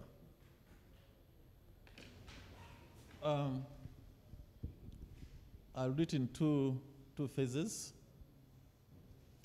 First, the title to this paper is Genesis of the Wangusaic Prose Narrative Style. How fast we are moving. Wangusaic is a coinage by the author of the paper, and the poetic prose narrative style is a style that's been attributed to Professor Timothy Wangusa by a number of critics, one of them being Dr. Duncan Kahiana. How fast we are moving is one of the short prose narrative entities that Professor Timothy Wangusa wrote, and so I will be using it to put a case for the genesis of his writing style. The abstract to this paper is before us. So this paper, the genesis of the Wangusaic poetic narrative style, how fast we are moving, is in chapter 4 of shifting narrative style in the fiction of Timothy Wangusa and Jennifer Nansubuga Makumbi, a PhD thesis under construction. The paper is a section which examines and addresses a knowledge gap on how Timothy Wangusa makes a narrative shift from traditional Eurocentric. I'm calling it traditional Eurocentric because novelists and Ugandan authors at that time were using the English style of writing, England or Britain being the colonizers of Uganda. So Wangusa makes a shift from the traditional Eurocentric narrative style, which had been used then, to an African contemporaneous style of fiction writing. Even in his very first short story, the prose narrative, How Fast We Are Moving. The argument in this paper is that the short story sets stage for a new style of writing fiction prose, hence making the beginning of the Wangusaic poetic prose narrative style. So it sets the stage for a new style of writing, and that is poetic prose narrative. Poetic, in poetry, as a genre of literature, we use elevated language. We use elevated language. It is usually terse in form, and on the other side, with the prose, it is ordinary language, conversational language, used by lay people. So when it is brought into literature, the artistic forms of analyzing such style is different from that of poetry. But now with Wangusa, he's using both poetic and also prose. So it is a new style of writing prose. Its main concern, or the concern of this paper, is to examine the shift in narrative style, in how fast we are moving, as we analyze the chrestomathy of Timothy Wangusa. That means we are going to be in chapter 4 of shifting narrative style in the fiction of Timothy Wangusa and the Jennifer Nansubuga Makumbi. I look at all the short stories by Timothy Wangusa. How Fast We're Moving being the first, Wambi Goes to Work being the second, and All Hail Christmas being the third. And I also look at all the short stories, published short stories by Jennifer Nansubuga Makumbi, which are The Accidental Seaman, Let's Tell the Story Right, and yes, those two. So I employ in this particular paper the analytical criticism method to carry out the study, and I'm aided by two post-colonial theorists or theories, one by a Russian literary theorist, and that is Mikhail Bakhtin, who advances the theory of dialogism, and the other by an American post-colonial theorist, or we could say, because post-colonial theories are wide, the decolonization theory of the art of the contact zone. That is Mary Louisa Pratt. The study found out that indeed Wangusa, as early as 1967, that's when he writes All Hail Christmas and How Fast We Are Moving, though it is published later on in 1960, 1949, but that's when he writes. As early as that, he was making a significant shift in the arena of prose fiction style of writing. So, in order to make a full and concrete study of Timothy Wangusa's use of style, it is important that we look at the various literary techniques and choices that he uses to create his short story, How Fast We Are Moving. We should consider his choice of diction, sentence style, and paragraph style, as well as voice, tone, and mood. Identifying these elements in literature and how they work together will in turn allow us to analyze the story's elements like plot, characters, point of view, setting, and theme. However, our interest here does not lie in the analyzing of the Wangusa style of writing, but in examining its beginning and advancement to a master tool for writing prose narratives. Because one of the intentions of this study, the general study, is what is the use of the shift that these two authors make? Can other writers pick some of the tools that they use and use them for production of better literature? So, it was observed that even from the very beginning, Timothy Wangusa made a significant move from a hybridized Eurocentric style of writing to an African Contemporaneous style of writing. And that is in his, this move is made mention of in his PhD thesis, which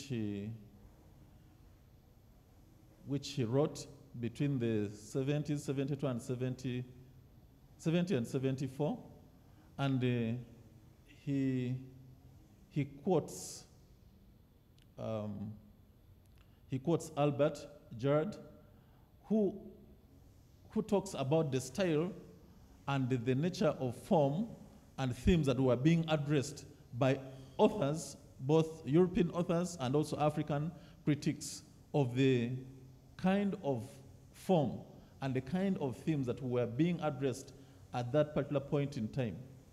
It is in this style that he portrays life in Uganda during the colonial era and the changes he observes in society at that time. Sorry for the 11. That is not supposed to be there. So it is Wangusa and the Wangusaic style.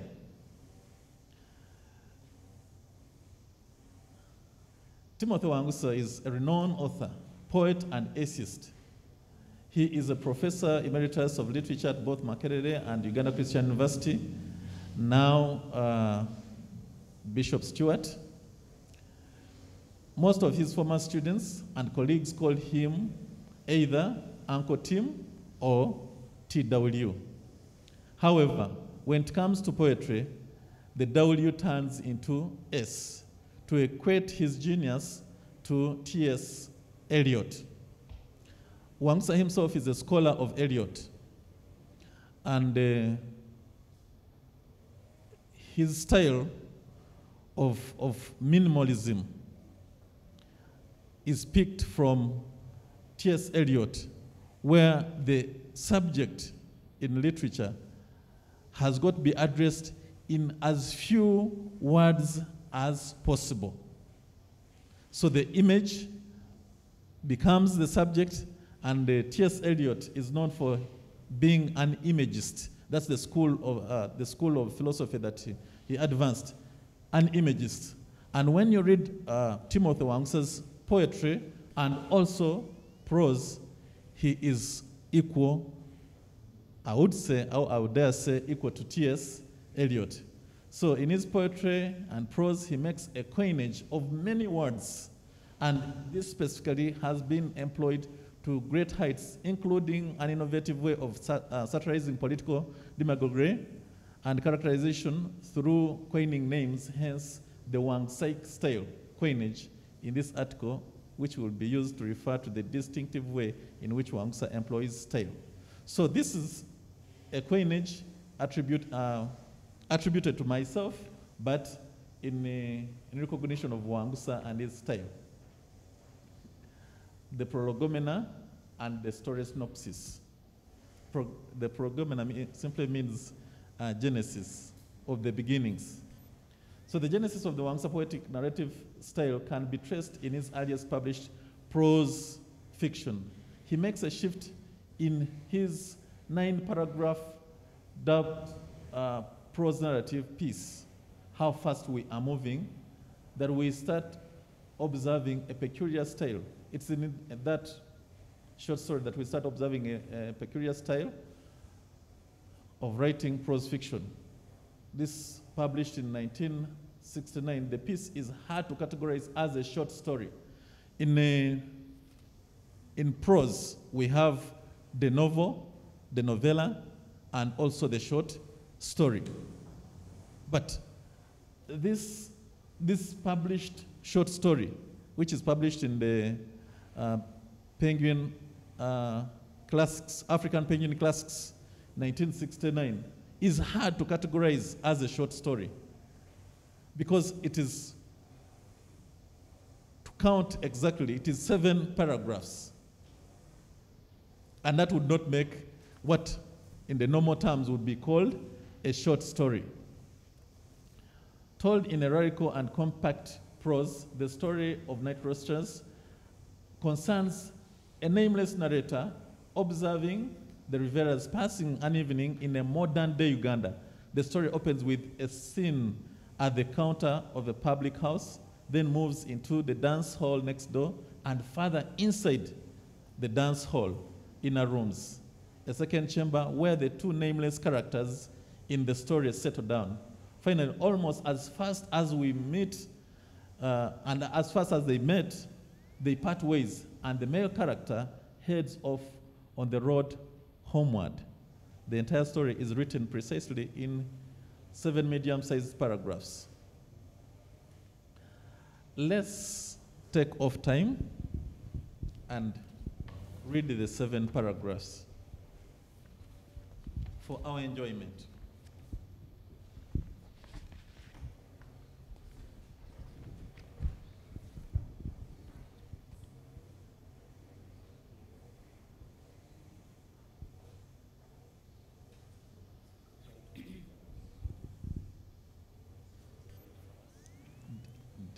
Yes? Good.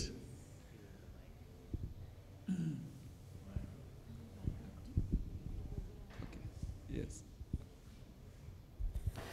How fast we are moving. Timothy Wangusa. There they sit, perched on exalted stools, and their glory pervades the whole room.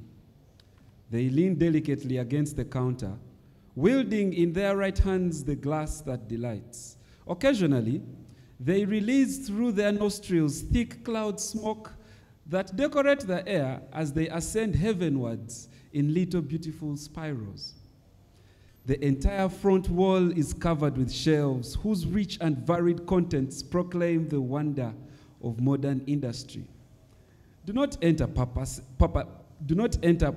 purposelessly, for you stand before the very scene of the highest forms of civilized social intercourse. From the dance hall next door, more people come pouring in, every female conducted hither by some gallant who affectionately holds her hand. Everyone is having a marvelous time. It would have been madness to miss this. There are more people tonight, for some of those who came to the political rally have chosen to postpone home until tomorrow. It is the real-life band playing, those jolly fellows. Under the inspiration of their music, you pick up some conspicuous lady to measure steps with. Very quickly, she distinguishes herself by the stylish way she swings her slim, exasperating body under her tight dress. She wins your respect and admiration, with the result that you ask her to retire with you to the refreshments room to cool herself off and moisten her throat. And moisten her throat. She is not surprised by your courtesy and generosity, For good things are often happening to her, and in a way she expects you to do what you are doing. Just like the gentleman you are, in her mind, she is even planning how to spend, and it must be wisely, her life upon it, the gift she is soon to receive from you. And so, the two of you settle down in this second chamber, where others are already busy. Out goes a 5-pound note as easily as if you do not care a bit for that piece of paper. Perhaps you do not, especially as it is the end of the month.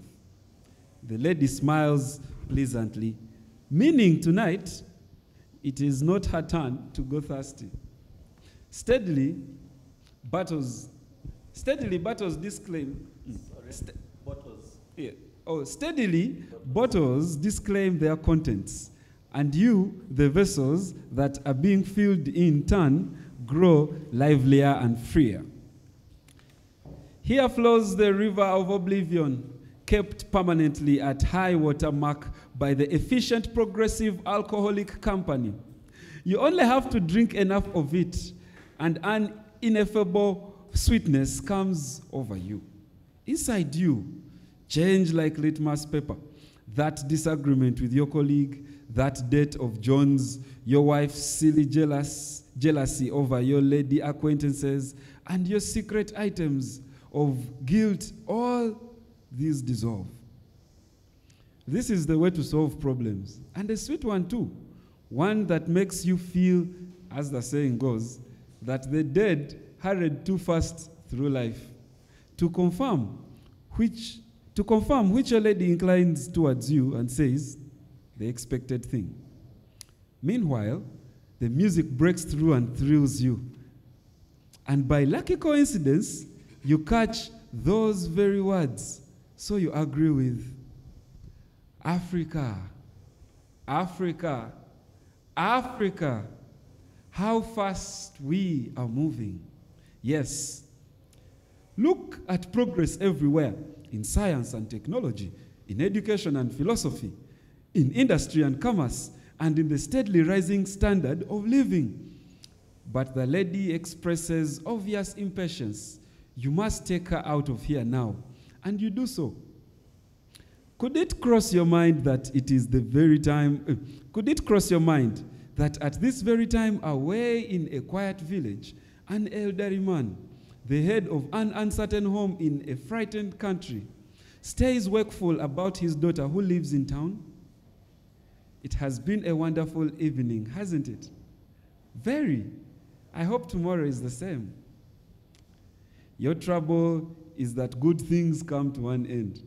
You must part, and you return to your nagging wife, who will obviously be fretting by now. Soon, your Taunus is roaring, and the homeward road. Soon, your Taunus is roaring on the homeward road. You must not forget about that bridge under repair. And it is undesirable that you should bump into those fellow citizens who seek their daily bread by night, before whom doors fall open, before whom doors fall down in obeisance. Thank you. Thank you so much for that very good rendering of the story, how fast we are moving.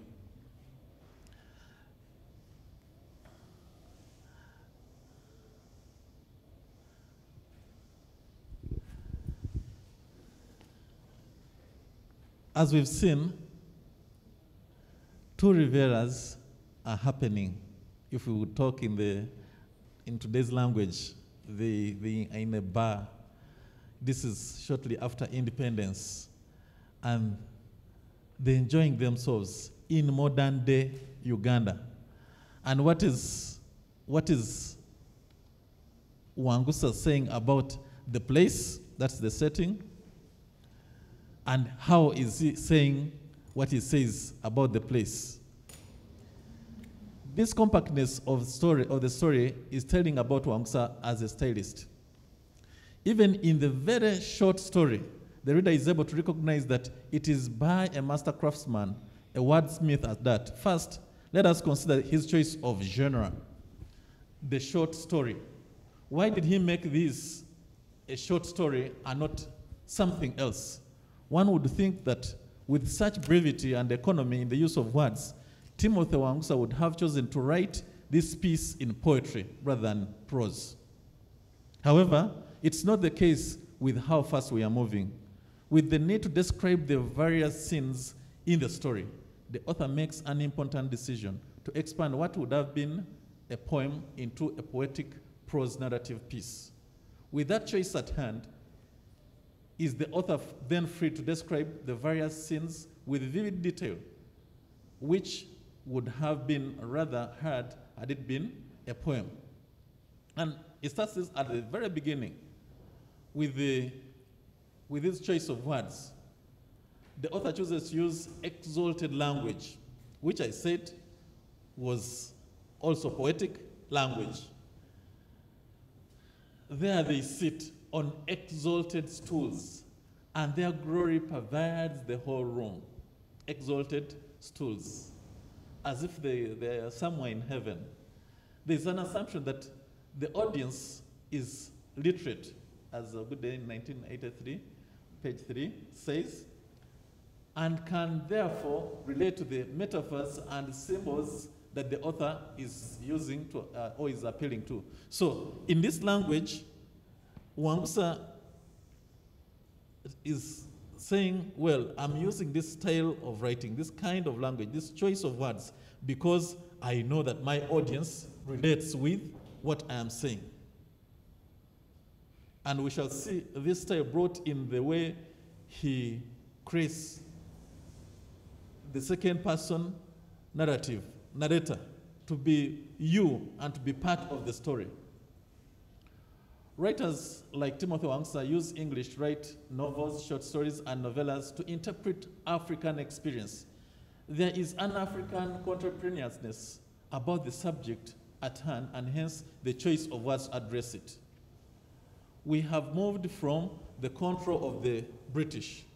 We are no longer under colonialism, and we are moving in a certain direction. So even the language, even the things that we use to write about our experience must be our own. The question at hand is, in what is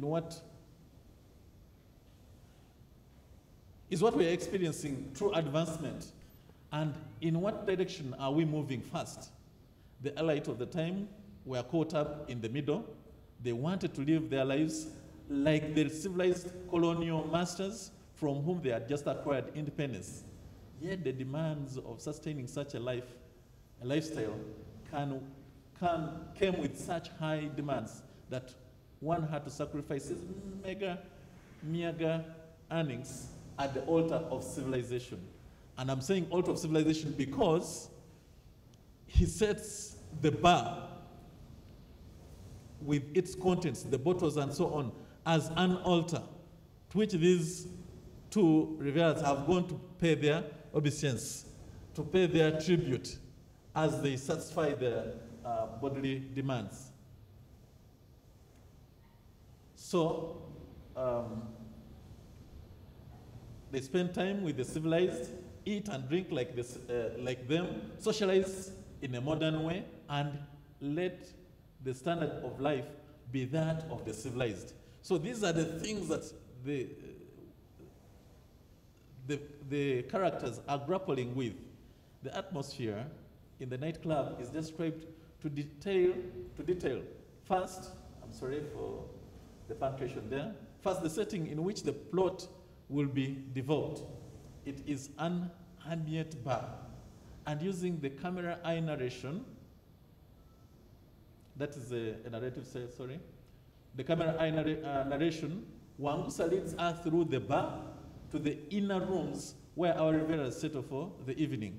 The style of narration helps Wangusa to remain thoroughly objective, realistic, and anatomical in his description of the various scenes in the story. This he does in varying sentence length to enable him describe the characters well.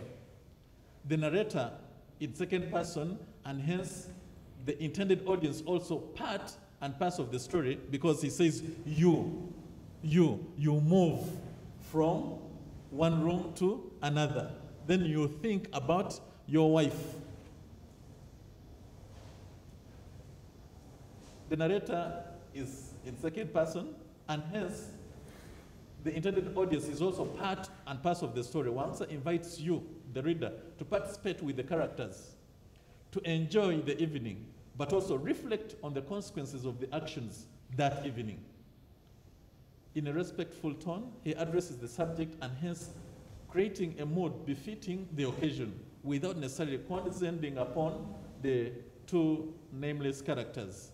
He doesn't blame them, he doesn't look down upon them, because in doing so, he has already invited you into the story. So he will be looking down upon his audience. With this tool, he manages to technically bring out the message in the story successfully. I conclude by saying that the shift is done at two levels. Technically, in the themes addressed and also in the setting of the story and characters being entirely African, and so with the previously marginalized and hence raising the salient questions in form of art. If we go back, taking this in mind, if we go back to the theories that we are employing, Mary Louisa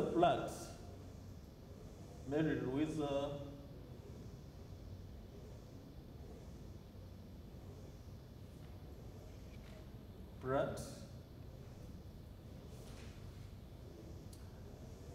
in The Art of the Contact Zone says that the previously marginalized through art come to the same table with those that colonized them, or with those that had either mistreated them, because that's the only way they can come into contact, through the art.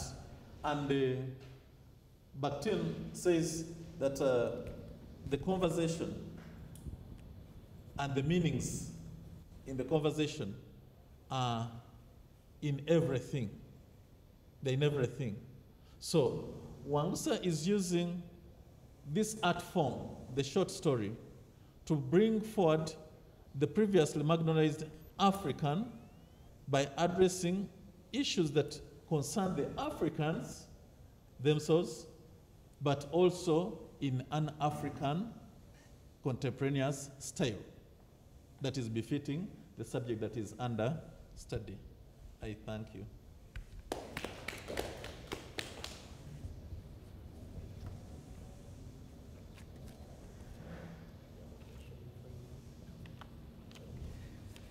me have the mic, please. Thank you very much. Please give him another clap.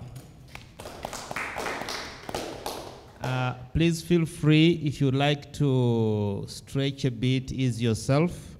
We wanted to go marathon because we are left with about 30 minutes or so to get to our end. First, I would like to thank Reverend Chibedi for this very, very Wangusaic presentation. Not easy and very interesting. I have a few observations to make, and you can answer them. You may leave them till late. I would like to know, what is the difference between hybrid and contemporary?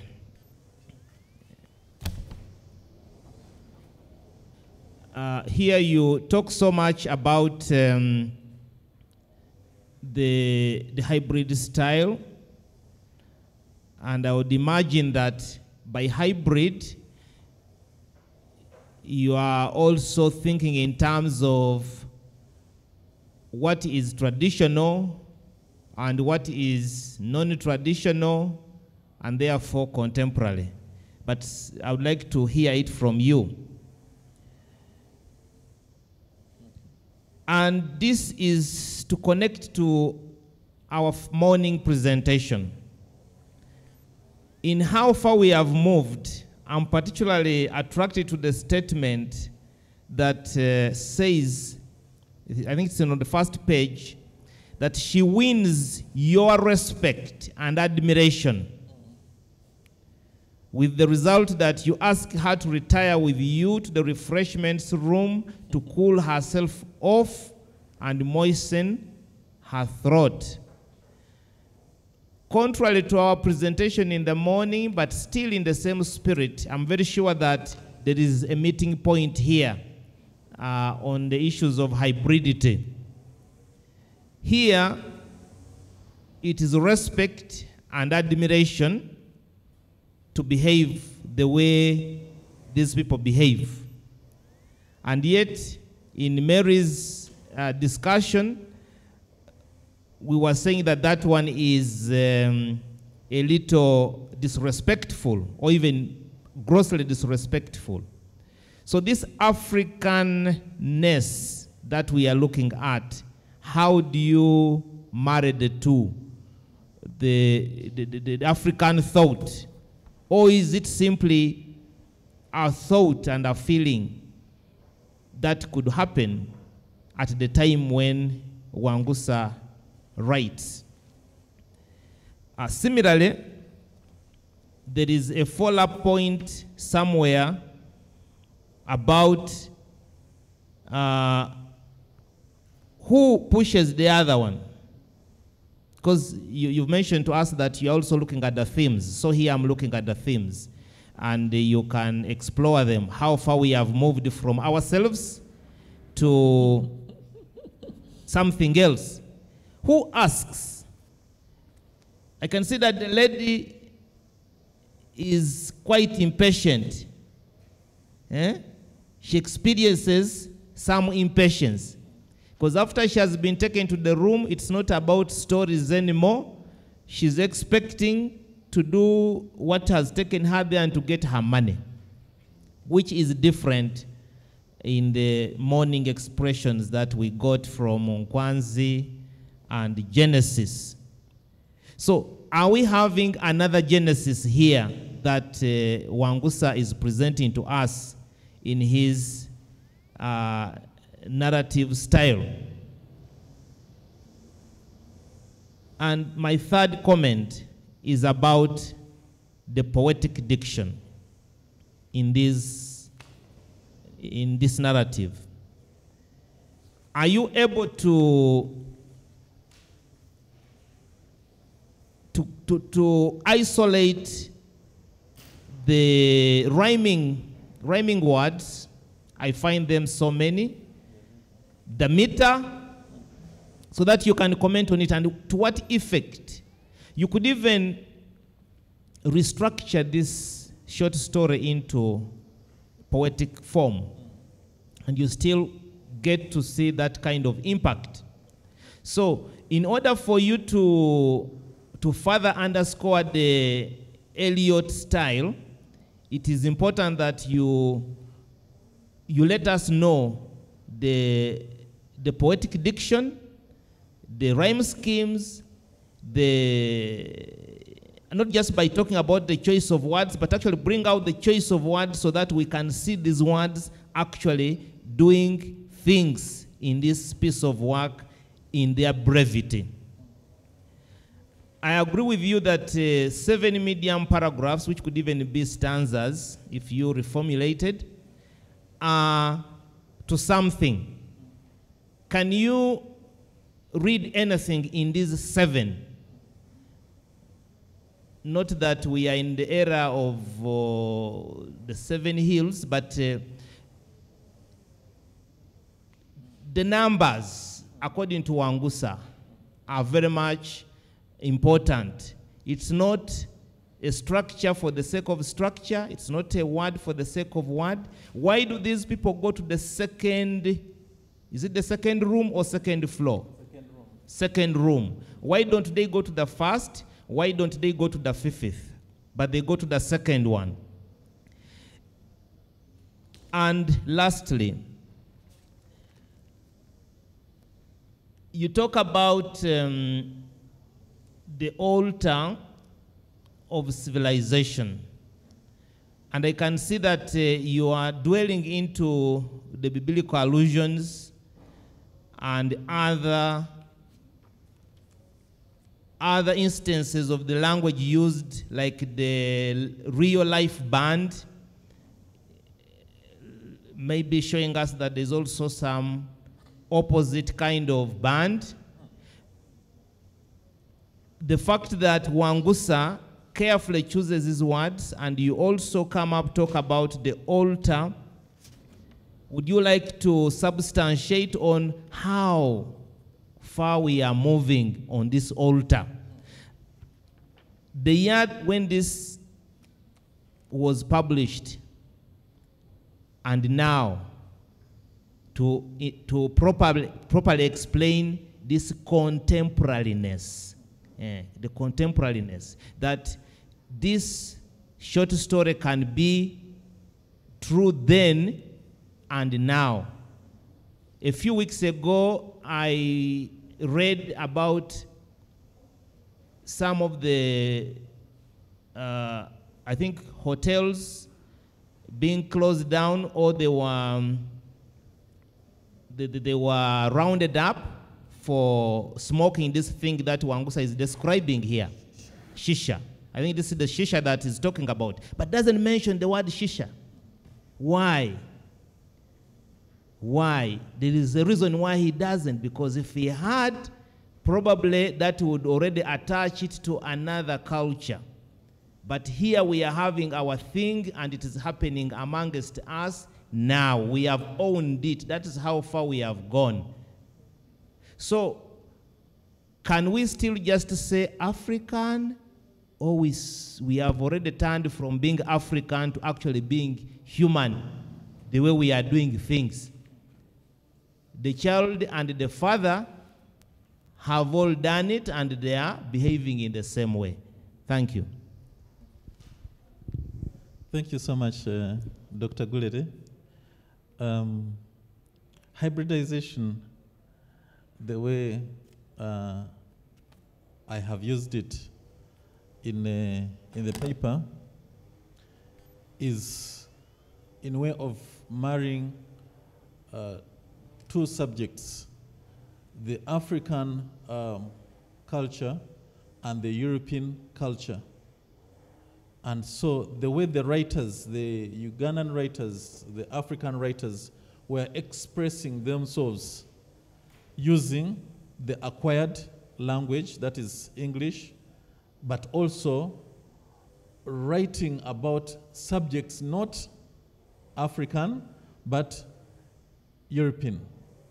In the next short story that I look at, that's All Hail Christmas, Wangusa actually goes to another level in hybridizing not only the language but also the occasion, by showing how the characters have been hybridized, how they dress, how they address the subject of Christmas and how they take it. And I compare his All Hail Christmas to A Christmas Carol by Charles Dickens, sorry, not Dixon. But according to Homi Baba, in a location of culture, hybridization is done at various levels. Social hybridization, language, dressing. The cultures meet and they intermarry. So there's a hybrid of the previous culture. In this case, in how fast we're moving, there's the question of hybridization is not addressed. The style, the hybrid style, is put aside. And it's not the traditional African narrative style that is being used here. It is a style that has moved away from the Eurocentric, addressing issues that only concern the Europeans and coming into the contemporary now. This modern Uganda, the Uganda that has just received independence, how is it looking at the things that are happening in the society? The title, How Fast We Are Moving, is satirical. And that is a Wangusaic style of addressing issues. The question is, are we really moving forward in terms of social behavior? Are the characters doing what is acceptable to society? Is it acceptable for the girls to seduce men for money? Is it acceptable for men, married men, to spend evenings with prostitutes and then drive off home thinking, well, this is a way of solving problems? Is it acceptable to have a broken bridge in the middle of the city? Is it acceptable for the society to condone such behavior as robberies? Because the character is fearful that on his way, he might meet with robbers, before whom all those pay their obeisance. So, is this the right direction we are moving in? Is this the technological advancement, the industry and commerce and the education? Is it the right direction we are moving, even 7 years after independence? So the title itself is begging for many questions from the reader, and it is intended to satirize the then society. Literature is also prophetic. And so it would be only right to call the poet or the author a prophet, in that they see further than their societies would, and so tell or warn the societies of what is going to happen. The things that are written in 1969 are true even to the current society, where we are facing almost all the things that Wangusa mentions in how fast we are moving. The question is, are we any different 50 years, 50, how many years from independence? 52 years from the community then, the society then, after independence. I agree with you on the issue of researching further into the structure of the short story, and to look further into the effect of that structure, especially when it comes to Wangusa applying the T.S. Eliot's style of looking at the image, and also applying the minimalist approach in writing this short prose narrative entity. I have also tried to look at each and every stanza and the content in terms of diction, poetic language, and isolated the words that he uses, but I had not gone to the level of reflecting so much on how this could be rewritten as a poem, and also restructured. We're looking at the metaphors and the similes that have been used within the short story. The question still is left to us, the you and the and the two characters within the story on how fast we are moving. And in what direction are we moving? The forward direction or backwards? Heavenward or downward? So, and if we ask that question, then we know that Wangusa has successfully put forward the message that he wanted to put forward in the short story and in an effective style. Thank you. Before I hand over to others, just wanted to add some supplements there, especially when you go to the story itself.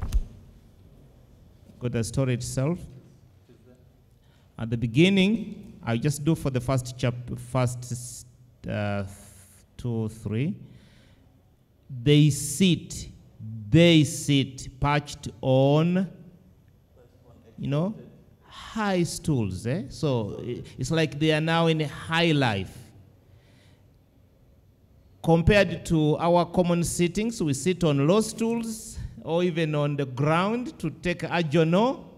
Now we have been lifted from that position to the one on sitting on high stools and leaning on the counter, characteristic of those Western bars.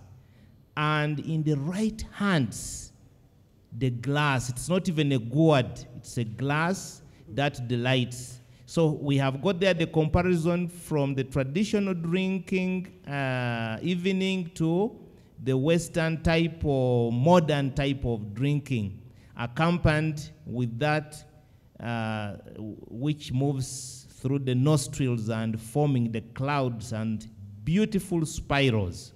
Beautiful spirals. All that is very important to note. So here we have spirits of different kinds coming from the modern industry, the wonder of the modern industry.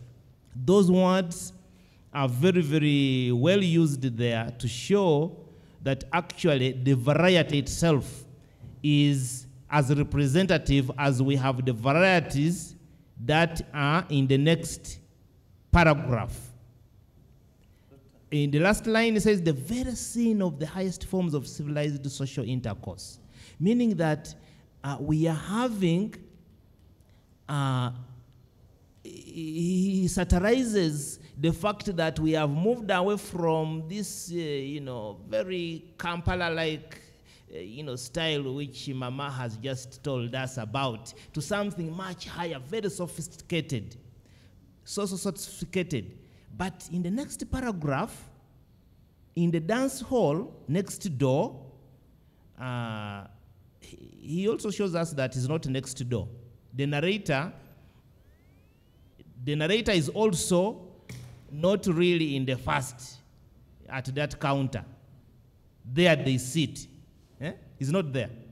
And now in the next one, in next door is also not where they are dancing from.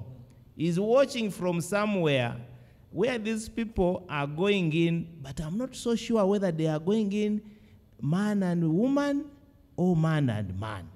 Not clear at all. They are just gallants, every female conducted hither by some gallant. Is that gallant a man? Is that gallant a woman? You need to guide us there. The social behavior that is going on in that room. Of course, they are rather and postponing until tomorrow because they must enjoy their life. The dressing, you sit there, the coolness. I talked about the cuts and jealousy, but I wanted us to note that in the paragraph that comes next, and so the two of you settle down in this second chamber. Does that suggest he's in that chamber? You need to read deeper into that. Is this the chamber where he is and also where others already are busy?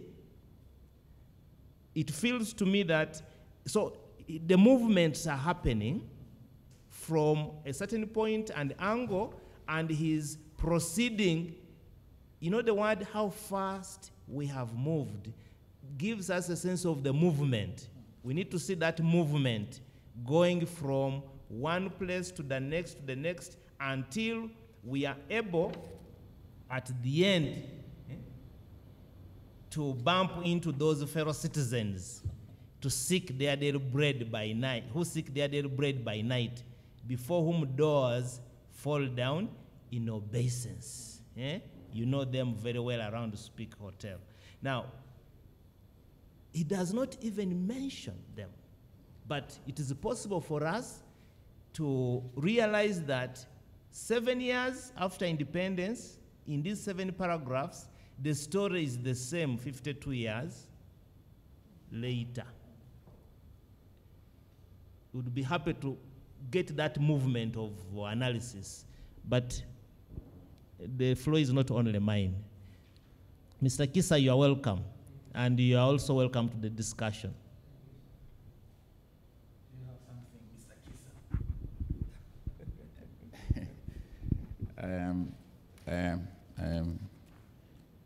I'm really surprised because I'm sitting in a situation where I'm supposed to be overseeing graduate studies, including what goes right and what goes wrong. Because my position as head of graduate studies is also concerned with quality and also quality assurance and the way things are done. So I'm sitting here saying, initially it doesn't make much sense if I read those things. It wouldn't make me any sense. Now, having sat here, I'm beginning to see, there's more than you can see in the words that are used. Why do they try to hide things in words and they don't want to say, they don't want to call this spade a spade? I'm just learning a skill where I can also I can use to evaluate work. Because in the current world, really, we cannot box ourselves. I am a political scientist, I am a historian, I am a theologian. There's what we call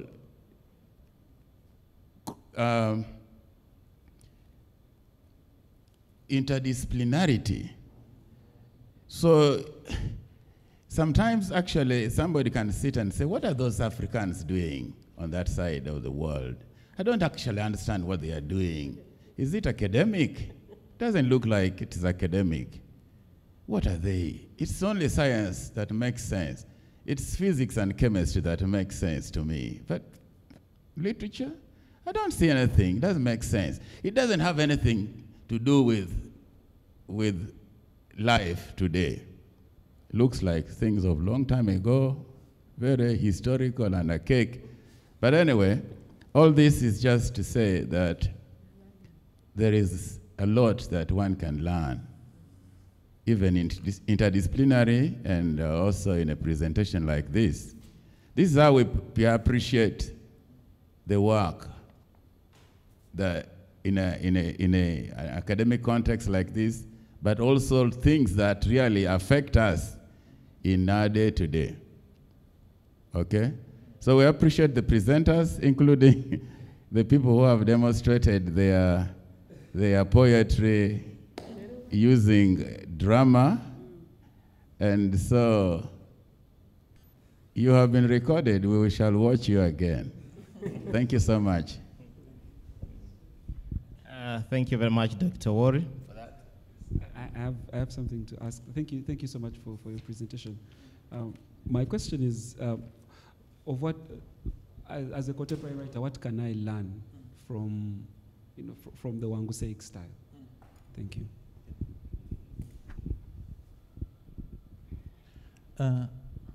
First, I want to appreciate Dr. Owori for the observation. There is, in the Western world, there are graduate programs that are interdisciplinary. And these a scientist can move from the sciences and come into the arts and carry on research that cuts across. We have not yet moved into that direction, but I would propose that the School of Postgraduate Studies does that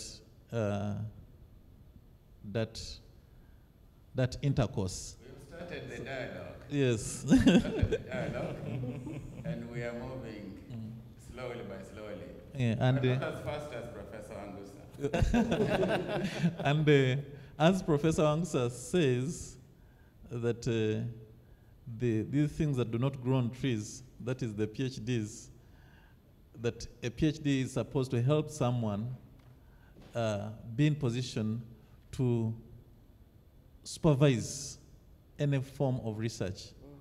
So even from a business perspective, you can come and take this literature research and ably supervise and speak into it.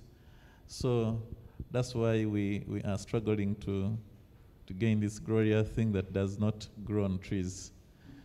But we thank you so much for the observation and also for the appreciation of literature, that it is not just about archaic things, but it is live and is here now and speaks to the future. For the question that my brother Ngobi is asking, what, as a writer, what would you take from this style, the Wangusa style of writing? Let me pick just one small technical bit of terseness of language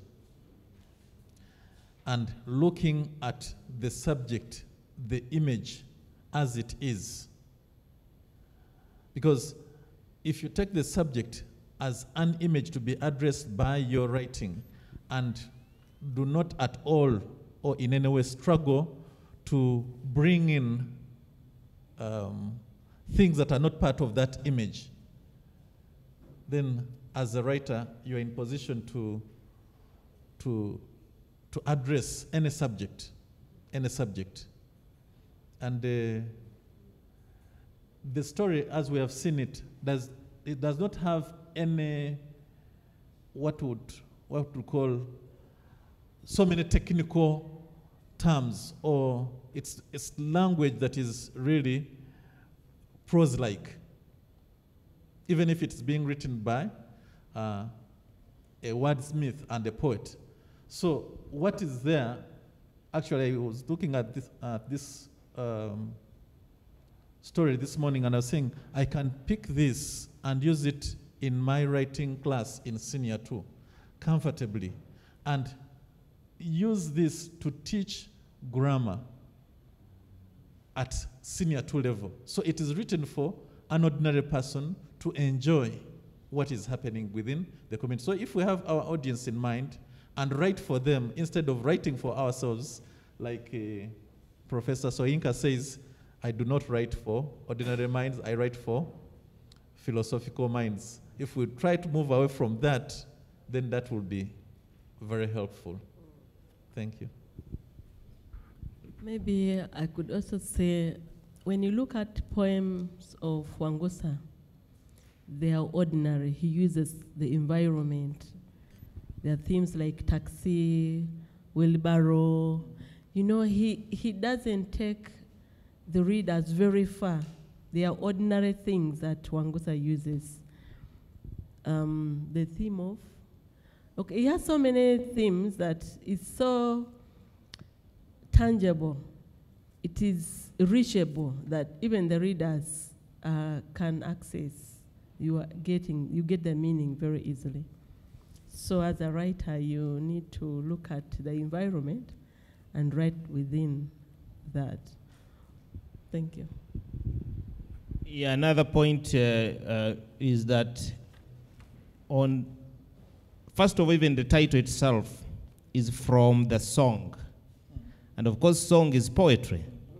He gets the title from the song. I wish I knew the song. Could you please look for the song so that you can also, feed us on what was happening there in our absence? In Africa, how fast are we moving? I can imagine the Rumba, they were dancing on that song, and then this couple here is there saying, yeah, it has been a wonderful evening, hasn't it?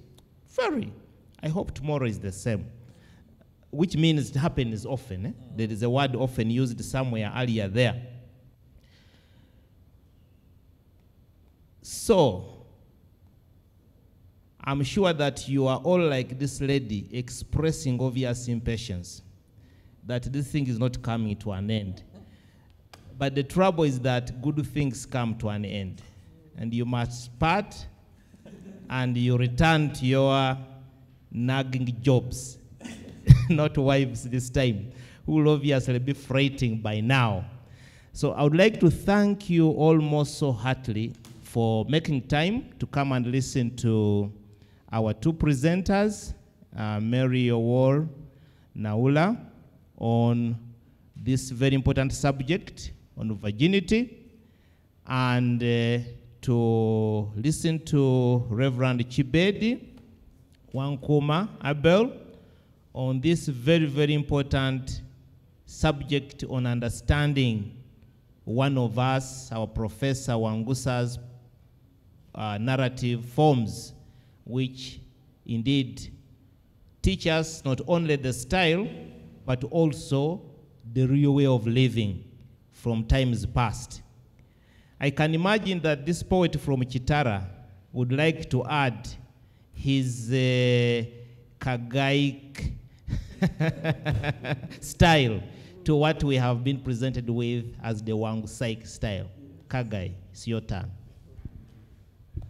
Yes, thank you for the opportunity. I would like to share a poem that I believe deals with the question of virginity and also Genesis. It is from a collection that is entitled With Pens That Shout and Mouths That Shut. And this is a collection of poems that were written by my students. And it is a collection that we put together after 7 years of careful selection. And so we really believe that it is indeed a good collection of poems. So the poem is,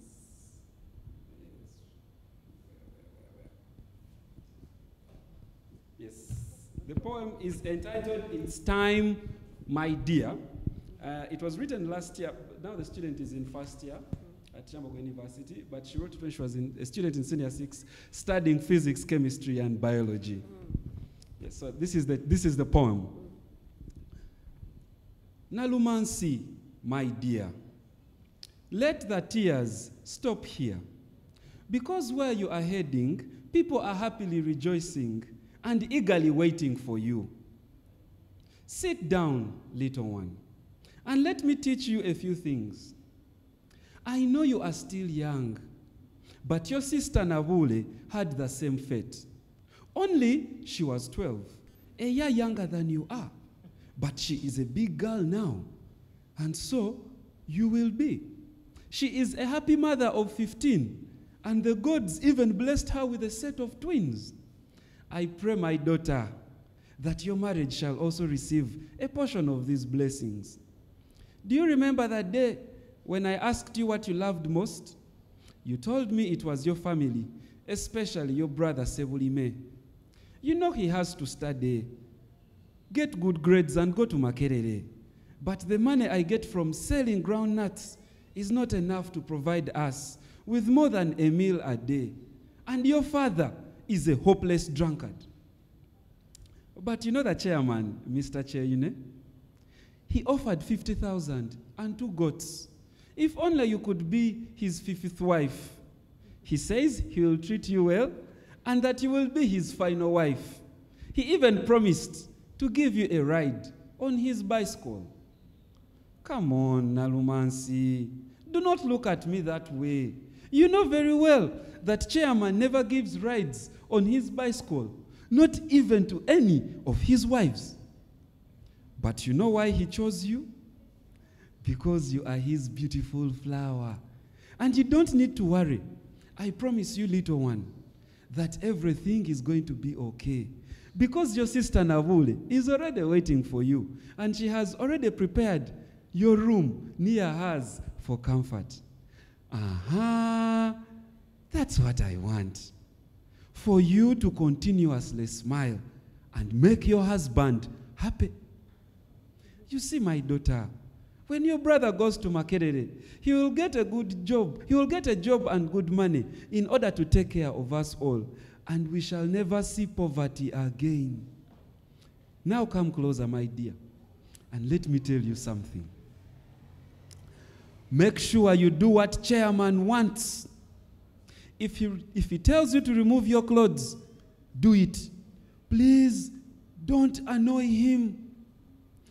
If he wants you to open your legs wide, open them and allow him to do whatever he wishes.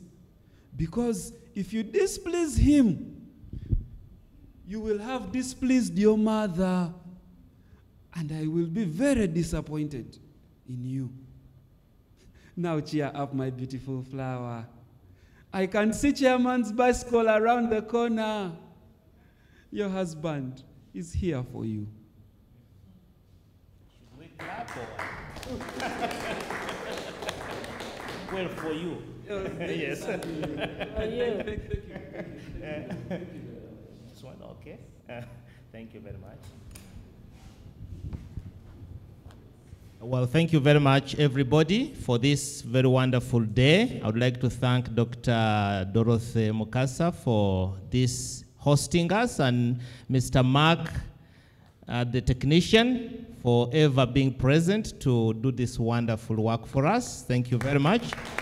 In a special way, last but not least, I wanted to underscore and thank Dr. Joseph Owol for making time to come here. I know he's not coming in his other right, he's coming here in his full rights. So we much appreciate, and that you know this has been going on, it will continue going on. We get encouraged when you are with us and when you make very encouraging comments. We have 3 PhD students. After losing one of them, we should be having 4, but now we have 3. One was not able to make it because he's in Kavale, and the day is not his best day. But we are planning to give him a full session when he next shows up. He's researching on, currently he's researching on Petals of Blood, that is Ngugi wa Thiong'o, and Wole Soyinka, the interpreters, all very relevant subjects to our work. For you, our PhD students, we are very hopeful and encouraged that you are moving on fast. Congratulations, Mary, for your recent publications. And Ebo, I understand you're also publishing very soon. To Kagai and Mam, Nalongo, thank you very much for those publications.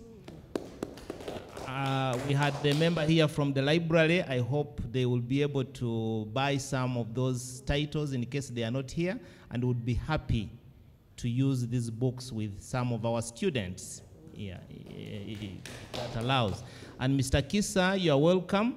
Mr. Kisa is a researcher in his own right. He's here to discover Uganda Christian University, and so I invited him to come and see and hear what we do, so that he could be tickled into becoming part and parcel of this family. You are most welcome. Yeah, from the mountains or from from where I come from? Okay, Kisa, you're welcome. This is Cornelius Wambi, and I wish you a very, very happy month and a happy World Teachers Day, 5th October on Friday. Thank you. We close with a prayer by Nalongo.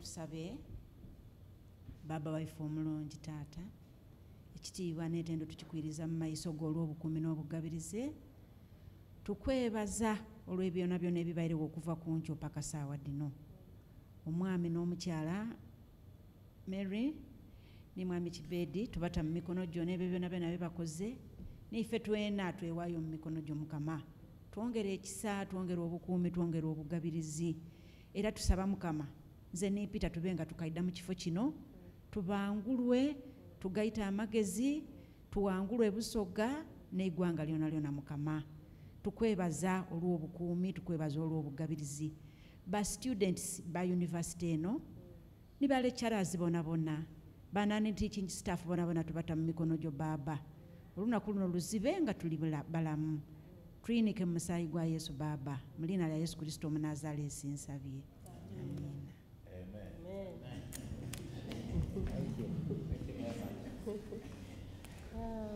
The prayer looks natural. Very good.